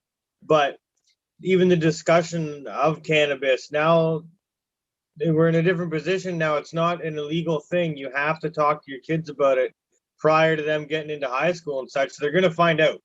If you don't think they are, you're fucking stupid, because they're gonna. You know, you might as well, as a responsible parent, hit them at their, you know, before they're, you know, in their tweens or whatever you call it, and you know, educate them in the right direction so they don't continue to use it as something like back alley, the way we did back in, you know, the 90s, such, or whatever generation anyone else used it in. I'm not naming anything. Yeah, education is key. I agree. If you're growing, you should be teaching your kids why you're growing and what you're doing and all that, for sure. Yeah, you know, I mean, a lot of people, you know, when you say like the smoking in front of your kids things and stuff like that, I mean, if you know, if you're the people who smoke a cigarette in front of your kids, then you know what, fuck, smoke your joint in front of your kids. You know, then Absolutely. it should be no different. You know, in that fact, when Yeah. I was, you know, when I was a smoker, I didn't smoke around my child, so I wouldn't, you know. You know, that was my thing. So, you know, I wouldn't smoke a joint around him, you know, but I wouldn't also keep it away from him. You know, exact education. Yeah. You know? Yeah, even if you're not smoking around them, they still need the education. They're gonna catch you. They're gonna walk in on you at one point. Yeah. Oh, absolutely. Or they're going to Well, smell they're you. gonna smell it. Yeah, they're going to smell you. It's just the way it is. But yeah, I mean, you know, then you just have to inform them and you let them know, and it's not a big deal, you know. And then it just becomes like everything else. Like, yeah, they're gonna try to fucking get it, or they're gonna do it. That's just. But you got to do the education first, so they know what they're in for. Trying to make it to the point where my kids don't. I know for me, I didn't really seek it out, but it was one of those like intriguing things in high school. Like when I got to the age of, you know, where you're out and about at little parties and such, and it's there, you smell it. Oh, what's that? And it's like, well, you kind of want to try it, but if it's something that's kind of been around, it's nothing new. That doesn't intrigue you. It doesn't hit those same triggers where you're like, oh shit, fucking, I want to try that. You know, it's like, oh, I know what that stuff is. I don't really like it, whatever. Or I use it in a different aspect, but I couldn't be mad at my kids if they turn 15, 16 and start smoking. I'd be a hypocrite if I said anything. I don't really want them to, but it is what it is. That's the parent in me. I know that they, you know, if they do it responsible, it's going to be fun and advantageous for them. But it's just my little babies. I don't want them smoking, but they're going to become adults one day, and I got nothing to. I can't stop that. Right. No matter what you do, you always want your kids to be as pure as possible. It doesn't matter. But the second they go down that road, you're like, well, at least, you know, I'll be okay with that. So yeah, I mean, you don't want it to happen, but when it happens, okay, whatever. Pass But out. yeah, if they're educated, they know that it could be medicine instead of just getting high. If they're educated, they know that. Unlike us, like you said, we went in going, oh, that's the stuff that gets everybody high. That's the stuff that's illegal. That's the bad stuff. Like that's where we're all at, right? And now the kids don't have to have that in our world if we just teach them properly. Yeah. I go with the argument that children's brains are developing, and there has to be an age where I don't know what that age is. Is it 18? Is it 21? Where we've given that brain an opportunity to It's develop. more like 23, but I mean, I get well, what I would like to see everybody shoot for is allow the brain to develop. And then there has to come a point in your life where you can make that choice. Do you want to? But nowadays, the kids are going to pills. Would you rather them be on all these opiates or would you rather them be on marijuana? I can't see why anybody would want their kid on crack and not marijuana. There's so many other things that the kids are going to go to. They're going to them all the time. Yeah. You know, so I Yeah. don't know. I get the whole brain thing, but they're going to fuck themselves up completely on the other drugs. Yeah. Yeah, I think 21 was before I would actually sit down and smoke with my kid. And I knew he was doing it. I just refused to, kind of like acknowledge it until I felt like it was the right time. What's that? You weren't condoning it by not smoking with him. We could say that. Yeah. But I would have been the same way. I didn't want him smoking cigarettes. I would have done the exact same thing with a cigarette. So, even though, our smoking age was 18 or whatever, right, I wasn't going to allow that until it was legal. Right. I'm not going to watch you break the law or be a part of it type thing. So I'll wait until it's okay and then we'll talk. Yeah. But knowing he's doing it and being safe, I was okay with it. So, and absolutely, I would have much rather have him going out, fucking, hanging out, fucking watching TV and playing video games stoned off his ass on a friend's couch than fucking getting drunk, hanging out, fucking. Right. Fuck that. So. I know this is where I have the issue because I'm like, I can't see anything else that I'd rather them be fucking doing because pills are a big problem in our area. And then when we first moved into this area a long time ago, they were just like, oh, do you know there's a meth problem because you live near the country and they're making meth around the corner? I was like, dude, I've lived here 3 fucking days. What the hell are you telling me? This was a pamphlet that came in my mail. I lost my mind. I just left a really, to me, a big city. It wasn't, but I left a big city and it was just like, this is supposed to be like this little tiny hometown. It's not. It's not when you get this mail and you're like, oh my God, can I go back home to wherever the hell I thought was a bad place? It's funny. I was laughing reading some of this chat over here, the legalization and stuff is kind of going to hamper the kids because Chad was making the point of, they don't have to go out and find and meet all the weird fucking people that we used to have to meet just to fucking score some fucking smoke. So, the kids aren't going to get the full fucking cool experience of being rebels. It's nowadays for them than it was for us. We never knew what was going to be mixed in with our shit. If we were doing random people that we were buying off of, I never did that. I didn't think I needed to be that stupid, but that didn't mean that the people that I knew weren't doing this. And it was scary because it was like, well, you're not feeling so well and you're not acting like marijuana problems. What is in your weed? I don't know. Well, God, that's scary as shit. They might not have that problem nowadays. So it's slightly safer for them to test, the dispensary weed vices, the dude down the corner.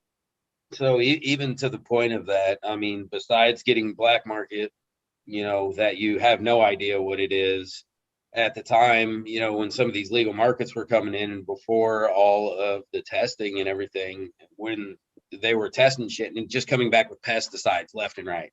So it seemed like, there wasn't any safe cannabis out there to really smoke. Rather take your chance with the black market than know you're getting something with pesticides in it.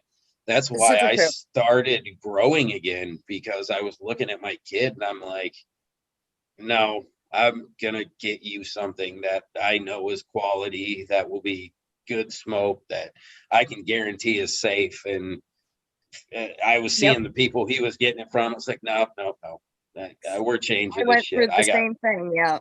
Like I didn't start growing because of where my kids were getting their stuff, but I did scoot them in a better direction because I was like, what are you doing? Like, where's that coming from? I don't know. You know, it's a pretty container today. Well, what is it sealed? No. Okay, then it's anything. You don't play games with what you're doing. You're already being stupid at that age. So don't be stupider. So, you know, like yeah, you got to do what you got to do. If they're going to do it, at least make sure they're doing it right, I guess. Oh yeah. Well, I mean, just quality, like, you know, it was the kind of thing I preach mostly is just quality meds. I'm giving him quality product that I know is absolutely free of everything in quality. So that's what he gets. He gets nothing less than that. I mean, that's, you know, if you're going to protect your kid in the ultimate thing, if he's, you know, going to want to do it anyway, well, then I'll give you the best quality shit that you can get. So, yep. I mean, fucking do it yourself and know what you got and tailor your medicine to yourself. Yeah, once And they're that's 18, then they're more your friend at that. Well, they're still your kid, but you can right. call them your friend right at that point.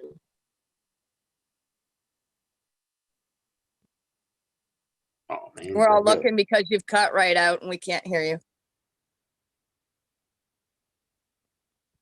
Or maybe I've cut out. No, I Oh, hear you're you. still there. Yeah, you're still there. He froze up there for a second. Okay, G-Bay, you want to say that again, hun? No, I was just saying, you know, once your kids turn 18, they're still obviously your kid, but they're more, they can become more of a friend at that point. You know what I mean? There's that legal boundary that has been dropped. Yeah, I because remember you have no rights to tell them what the hell to do. So you either become their friend or you become that parent that is going, oh my God, my kid is in my house and they won't leave. yeah, I was lucky enough growing up. My mom's a flower child. My dad's a rocker. So like my dad, he wouldn't mess around. He was the way like, no, it's illegal. I'm not doing it. Get away from me. I don't smoke. Yeah, okay, whatever. My mom, she knew. So we hung out. We were buddies. But once I was after 18, and especially after I moved out the first time, it was game on. But now we're real good friends. So it changed. It helps a big time. oh yeah, absolutely. And I mean, you know, it kind of compounds even more, you know, the older they get. Like, you know, my son's in his 20s now, and I mean, right, we're definitely way more friends than we are, you know, but at the same point, right, I'll still tell him when he's being a dipshit. Yeah, you gotta keep. Yeah, you still got to remember who the fuck dad is. But yeah, I mean, for sure. And you're right, we have way different conversations now than we ever used to. And right. And then I like the fact, you know, he starts opening up now and starts telling me all this shit like I didn't know it. But I love getting the confirmation that exactly what I thought was happening was exactly what was happening.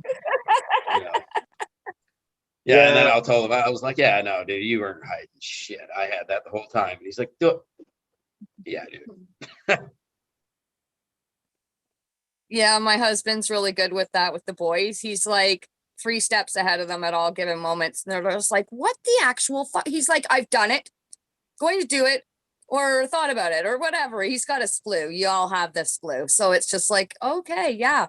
Alrighty then. So I just kind of let him take over with the boys because it's like, shit, man, you've got this because you know what they're going to do. He always knew. It was like, holy Christ. He's like, yeah, I was a bad kid too. Yeah, my old man, like say he was a rocker. He was, you know, blue collar guy. He was a wicked dude. And he always knew where to get the wicked herb. So I couldn't help sometimes walking past the room to go to the living room or whatever, like, well, you know, and I'd sneak in and try to get a joint for myself when I was a teenager or whatever. And fuck, sometimes, man, it would blow the fucking head right off me. I'd have to go to bed and fucking sleep it off. Yeah, those are the best times, man. Good old biker weed, I guess. Fucking right, dudes. They had the shit back in the day. That was like where the really good stuff came from. Well, it was just next thing in the 90s when it was like, it's hard to find what they call kind bud. You get like some was swaggy outdoors, even brickweed up here in Canada still, amazingly. And then all of a sudden, every once in a while, you're getting these bags of the, you couldn't even hide it, man. Just stunk. And it, yeah, blew your head off. No, it was just like today's weed, only back then. So Yeah, it you really weren't used fucked to with it. people. Yeah. Yeah. Yeah. Holy shit. What's that smell? Yeah, it's the smell. Holy shit. That's what it smells like. We get stuff called Christmas bud every year around Oh. Christmas. We get stuff in town that was just, That I don't just know if it was lime green, piney. Fuck. Oh, I love Christmas bud. Oh yeah. yeah, I don't know if it was a marketing ploy, like in the whoever was the supplier, but man, it worked. Oh, man, it was just like what everybody called it because it was like the harvest time was Yeah, like okay. it was like the perfect time to get the right bud. So like down there when they harvested, we got it at Christmas, and you just got actual really good bud Makes sense. present. Yeah. So you got your Christmas bud. Mhm. Yeah, and then right as the year got older, it got shittier and shittier because it's been sitting around packed in a goddamn fucking garbage compactor for who knows how long. Yep. Oh yeah, I remember that shit. I love the old Christmas bud. I got weed given to me at some point that was called Mary's Garden. And I was like, oh, I've never heard of this. He goes, I think it was just growing in Mary's garden. I fucking died. Yeah, I find coming from a small town, if you get like not so much anymore because the dispensaries and such, but back in the day, the small growers groups, if somebody had a really, really successful year, you'd be able to find like whatever, like just like you said, Mary's Garden, or it'd be like Ken's Farm or whatever. But if you really liked a certain strain, no one knew strain names. It was just, this is forest weed because it was in Simcoe County Forest or whatever, Weimar's weed or whatever. That's recently some of the stuff I've handed out and gifted to the panel was just some bag seed that I grew out that I called like vape shop because the dude at the vape shop gave it to me. I was like, well, I don't know what the fuck it is. It's just what I call it because that's where I got it from. Sounded kind of like a cool name for a fucking strain. So I was like, I will call it that. Why not? So that's just what it got known as. I ran it. Way to track it too between your little grow circle. Instead of just, I don't know, it was in the vape shop. It's, that can be passed around as an identity to that bag seed. Yeah, exactly. So, it was just a funny thing, that you say that. It kind of cracks me up because it's right. I do that shit all the time. It'll be funny in 5 years from now, and someone's like, man, I got this vape shop stuff, man. You can try it out. I'd lose my mind if some motherfucker came up with that shit. I'd be like, what? They wouldn't believe the story. I know. I'd have to get back here and fucking tell them. I'd be like, no, you got YouTube. It's on YouTube. That's right, motherfucker. YouTube, Caribou Heart. Go look it up. Oh, good shit. Oh yeah, I think fucking Raider actually got some. Maybe possibly got gifted some of that. Yeah, I can't remember what all I gave him, man. I was such a train wreck that day, a fucking moron. I still apologize to him.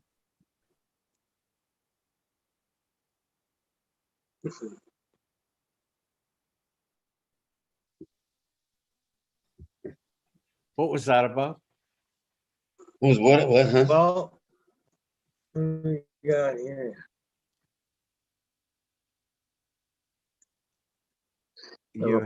Well, I'm gonna bounce out here, guys, because I'm leaving Sunday on a 4-day, 3-night bike trip, circling around Ontario. So I gotta pack all day tomorrow. I gotta make sure I got all my fucking ducks in a row for that one.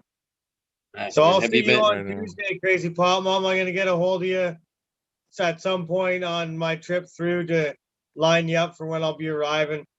I'm not sure when, but that's my longest day, Tuesday, coming from wherever I am and ended up at that Pinehurst campground. So it probably won't be Okay. too early, I don't think. But anyways, we'll figure it out. I'm trying to take the whole day off just so I'm free whenever you say that. Perfect. Awesome. Okay. Thanks everyone in All chat. right. Thanks everyone on panel. It's been great, but I'm fucking stoned. I gotta go to bed and then pack all day tomorrow. So Have fun, my man. Have a Have good a Yeah, night. man, have, I'll take have a lots of great pictures time, of man. everyone Be and- safe. yeah. Fuck Thanks yeah. again, everybody. Peace. Take Yeah, good care. to see you, man. Here's Good to brother. see ya. Yeah. I think I'm about to wrap this shit up too myself. How about you, Rick? Yeah, I'm. Since I've been in charge, He's I trying to thought, find well, where the exit button is. I'm gonna drag this out as much as I can, but no, it's time to say goodnight. And a special thanks to chat and the panel. And it was a great shit show tonight. And we'll look forward to doing all this again Sunday. Fuck yeah, man. I So- want to say cheers to everybody hanging out still. You know, those Yeah, for motherfuckers sure. are awesome. Absolutely. Crazy Pop Mom, it's good seeing you again. I don't get to do these Fridays much, so I don't get to say hi to you very often. Yeah, I Yeah, know. I yeah. miss you on Fridays. I get to see you all the other times, but you don't get to see me. So it's fun. Yeah. Good stuff. Okay. Have a great weekend, and we'll see you on Sunday. See you guys later. Okay. Good night now. I don't have a Have a clue great how night, to everybody. stop this, but if I push enough buttons, it'll end. Oh yeah, just keep fucking pushing them, Rick.